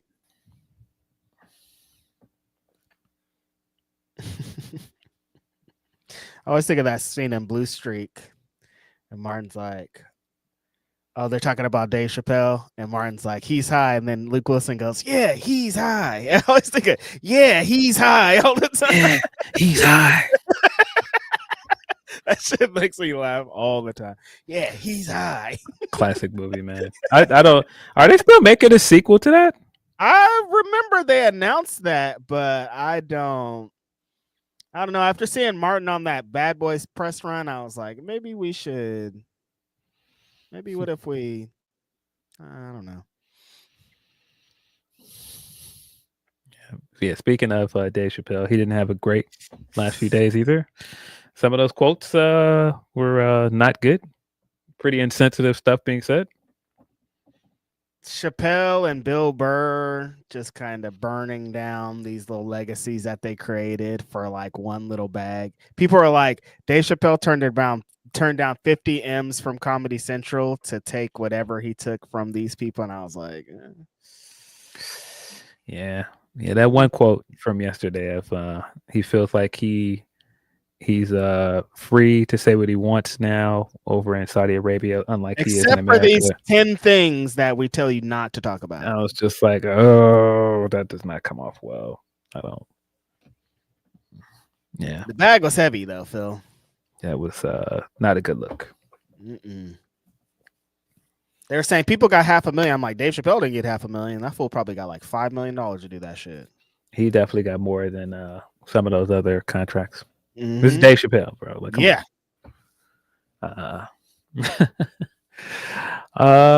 Did you have a conspiracy theory before we moved on? No, they're all out there now. There's no more conspiracies. They're out loud. Yeah. The TNA one's kind of a good one, though. I could see something like that. TNA's been trying to sell that company for a long time. So that's why I think anytime people come out with their TNA needs to be doing, I'm like, I think they're in exactly the place they want it to be. Yeah.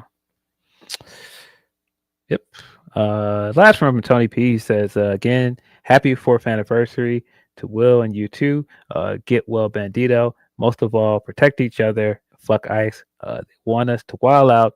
Don't take the bait as hard as it is. With that said, fuck FSU.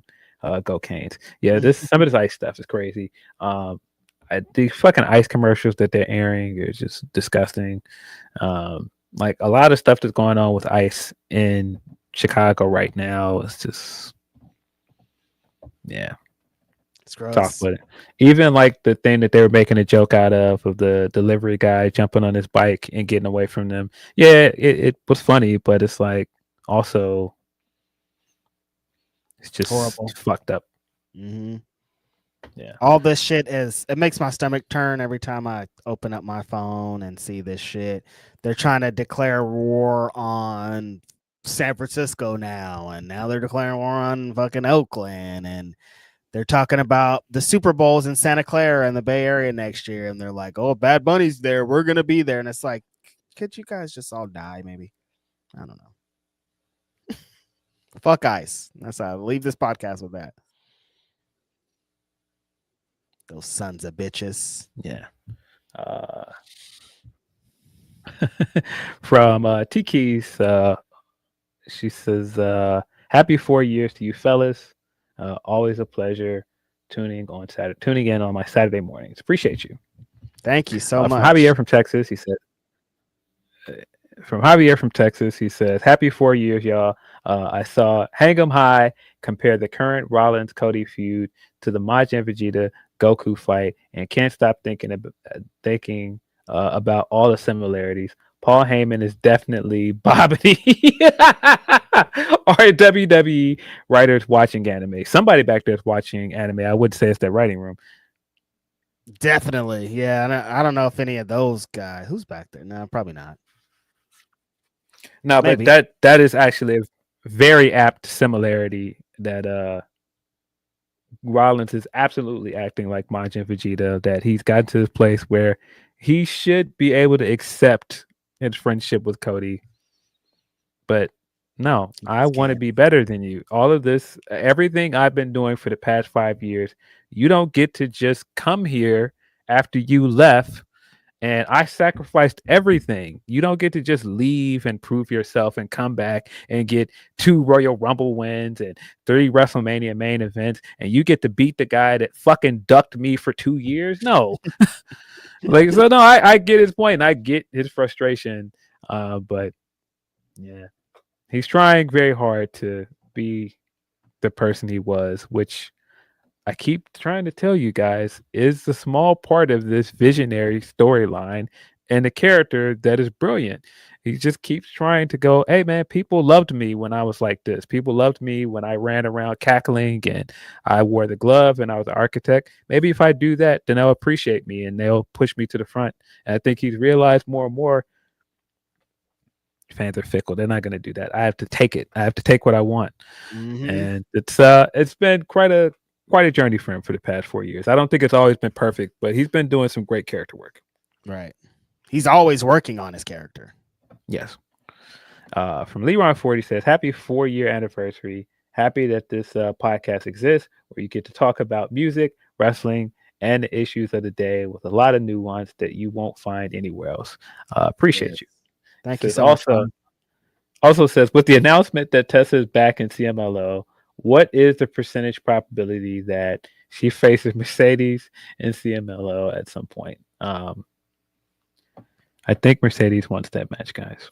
I was going to say it's higher than y'all want to admit, and I'd say. I think there's a very good chance that match could happen. Mm-hmm. Like a very good chance. Percentage, I would say 75%. It's high. Yeah, I was going to say it's high, brother. It's like a good 75%. Mm-hmm. And a good reason why I think it's high is because it doesn't have to happen on AEW TV. If this was something that needed to take place in AEW or like ROH or somewhere else, I would be like, nah, I don't think this is gonna happen. But the chances of CML trying to book that match, because that's a big match for them. Yep. I think there's a very good chance that can happen. And people are gonna be mad, but Mercedes Moné also wants that match. Yes. So yes. And the game's the game. Granted that though. The unfortunate thing about it is I actually think it could be a very good match. I mean, yeah. Because despite all of the stuff about Tessa, she is a good wrestler. Yeah, the thing isn't that she stinks. It's just that she's awful. Yeah. She'd be like, if it wasn't for the shit, she'd be like 10-time WWE's women's champion by now. Oh yeah, there's a different world where if none of this stuff happened, like the bullying and all that stuff, she would have been in AEW. She would have been the face of that division. There would have been like none of the rest of this. Like, because she was on the card for All In. She could have Yep. easily ended up leaving TNA, and all of the doors would have opened for her at AEW because there was nobody over there of her level of talent. Yep. And then that would eventually led to her getting to WWE. But I mean, even if it didn't lead to WWE, like It would have. She's a second generation star. She definitely was going to be like Charlotte Flair wants that match so bad. Also, yeah, maybe, but I'm just saying, like things would have been so different, man. completely. Like, yeah, but yeah. Last one from Leroy Ford. He says, "Who do we think Mercedes' opponent will be on Tuesday? Will she have a match on WrestleDream? She has a match in CMLL the night before and a match in Canada versus Jody Threat the night after." Yeah, I don't know. I don't know about the WrestleDream match, but that is interesting because she did say it's a wrestler from Florida, right? I've seen a bunch of people making not wrestler from Florida predictions, and I'm like, that wrestler's not from Florida though.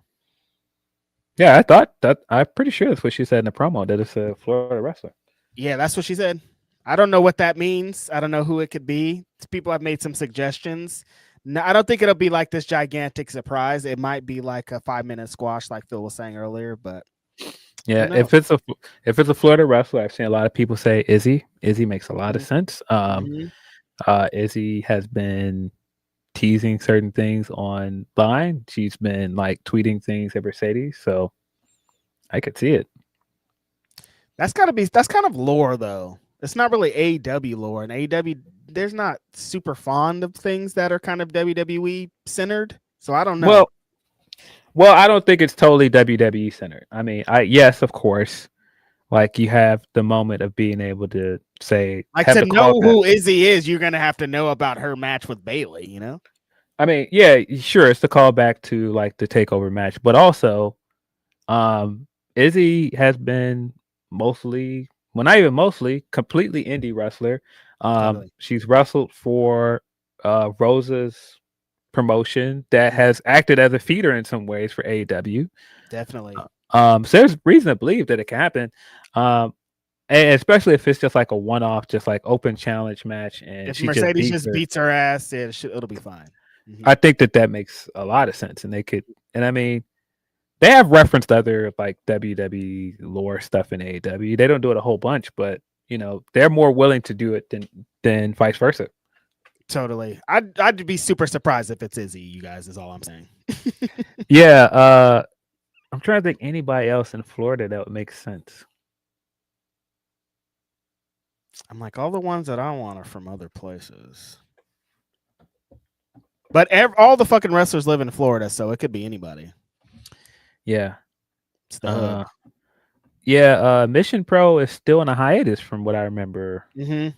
So I think she may be champion, but they're not. They're inactive at the moment. Yeah, I don't think they're locked in like they have been. Yeah, they haven't announced the show in a while. Yeah, Florida, Diamante. Right? Diamante's a Florida wrestler. Mm-hmm.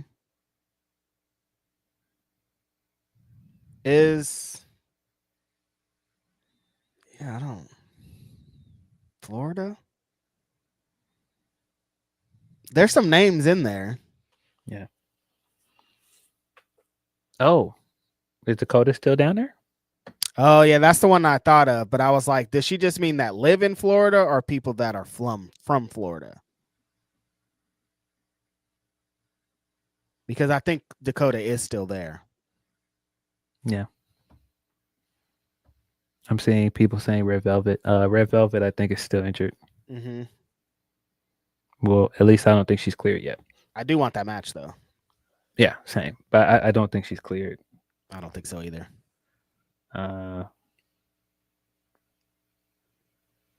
Yeah, I don't know. I think Izzy makes a lot of sense.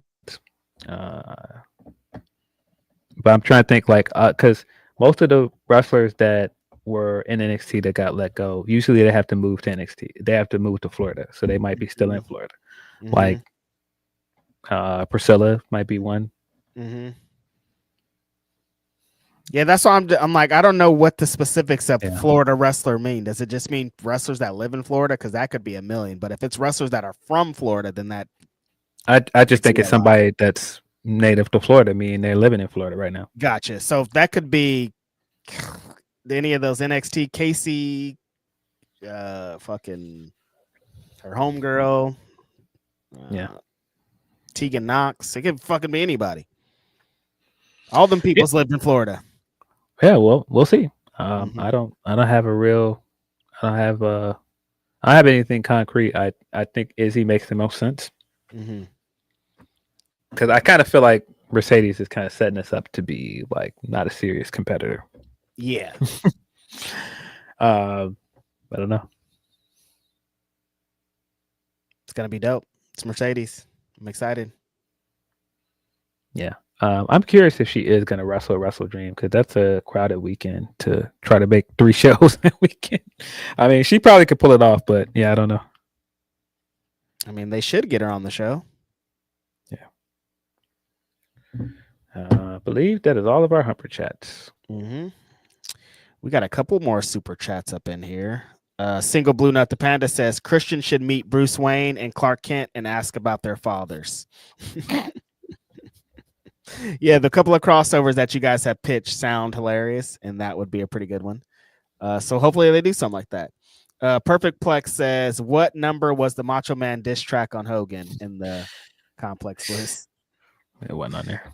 It was better than some of the stuff Phil mentioned, though. I will say that. Yeah, Rich Gang. Rich Gang, dog. Rich Gang. There wasn't no Griselda on that list. That's crazy. I guess it's not New York bias. That's what I was trying to tell you. Like New York bias and not having Get Rich or Die Trying on there is insane. Egregious. Appreciate that, Perfect Flex. And then Grapple Geekery says, going in Raw and some fun things to say about Ice. Going in Raw had some fun things to say about Ice. Mm-hmm. Oh, I didn't see that. But yeah, shout out to those guys. And don't shout out to Ice. Fuck Ice. Never forget. Appreciate you, Grapple Geeker. Appreciate everybody for their super chats today. I think that's all of them. Yeah. Don't have any more Humper chats. I'll double check to make sure. But yeah, appreciate you guys tuning in. We'll be back Saturday. If we're not at our regular time, we might move up an hour, but yeah, I don't see this show going past 5 hours. I don't think so. I think it'll be fine. So we should be able to go on our regular time. Yeah. I don't know if they're gonna have a review show for it. Oh, true. I forgot about that. That's right. Yeah, that might come into play. You're right. Yeah.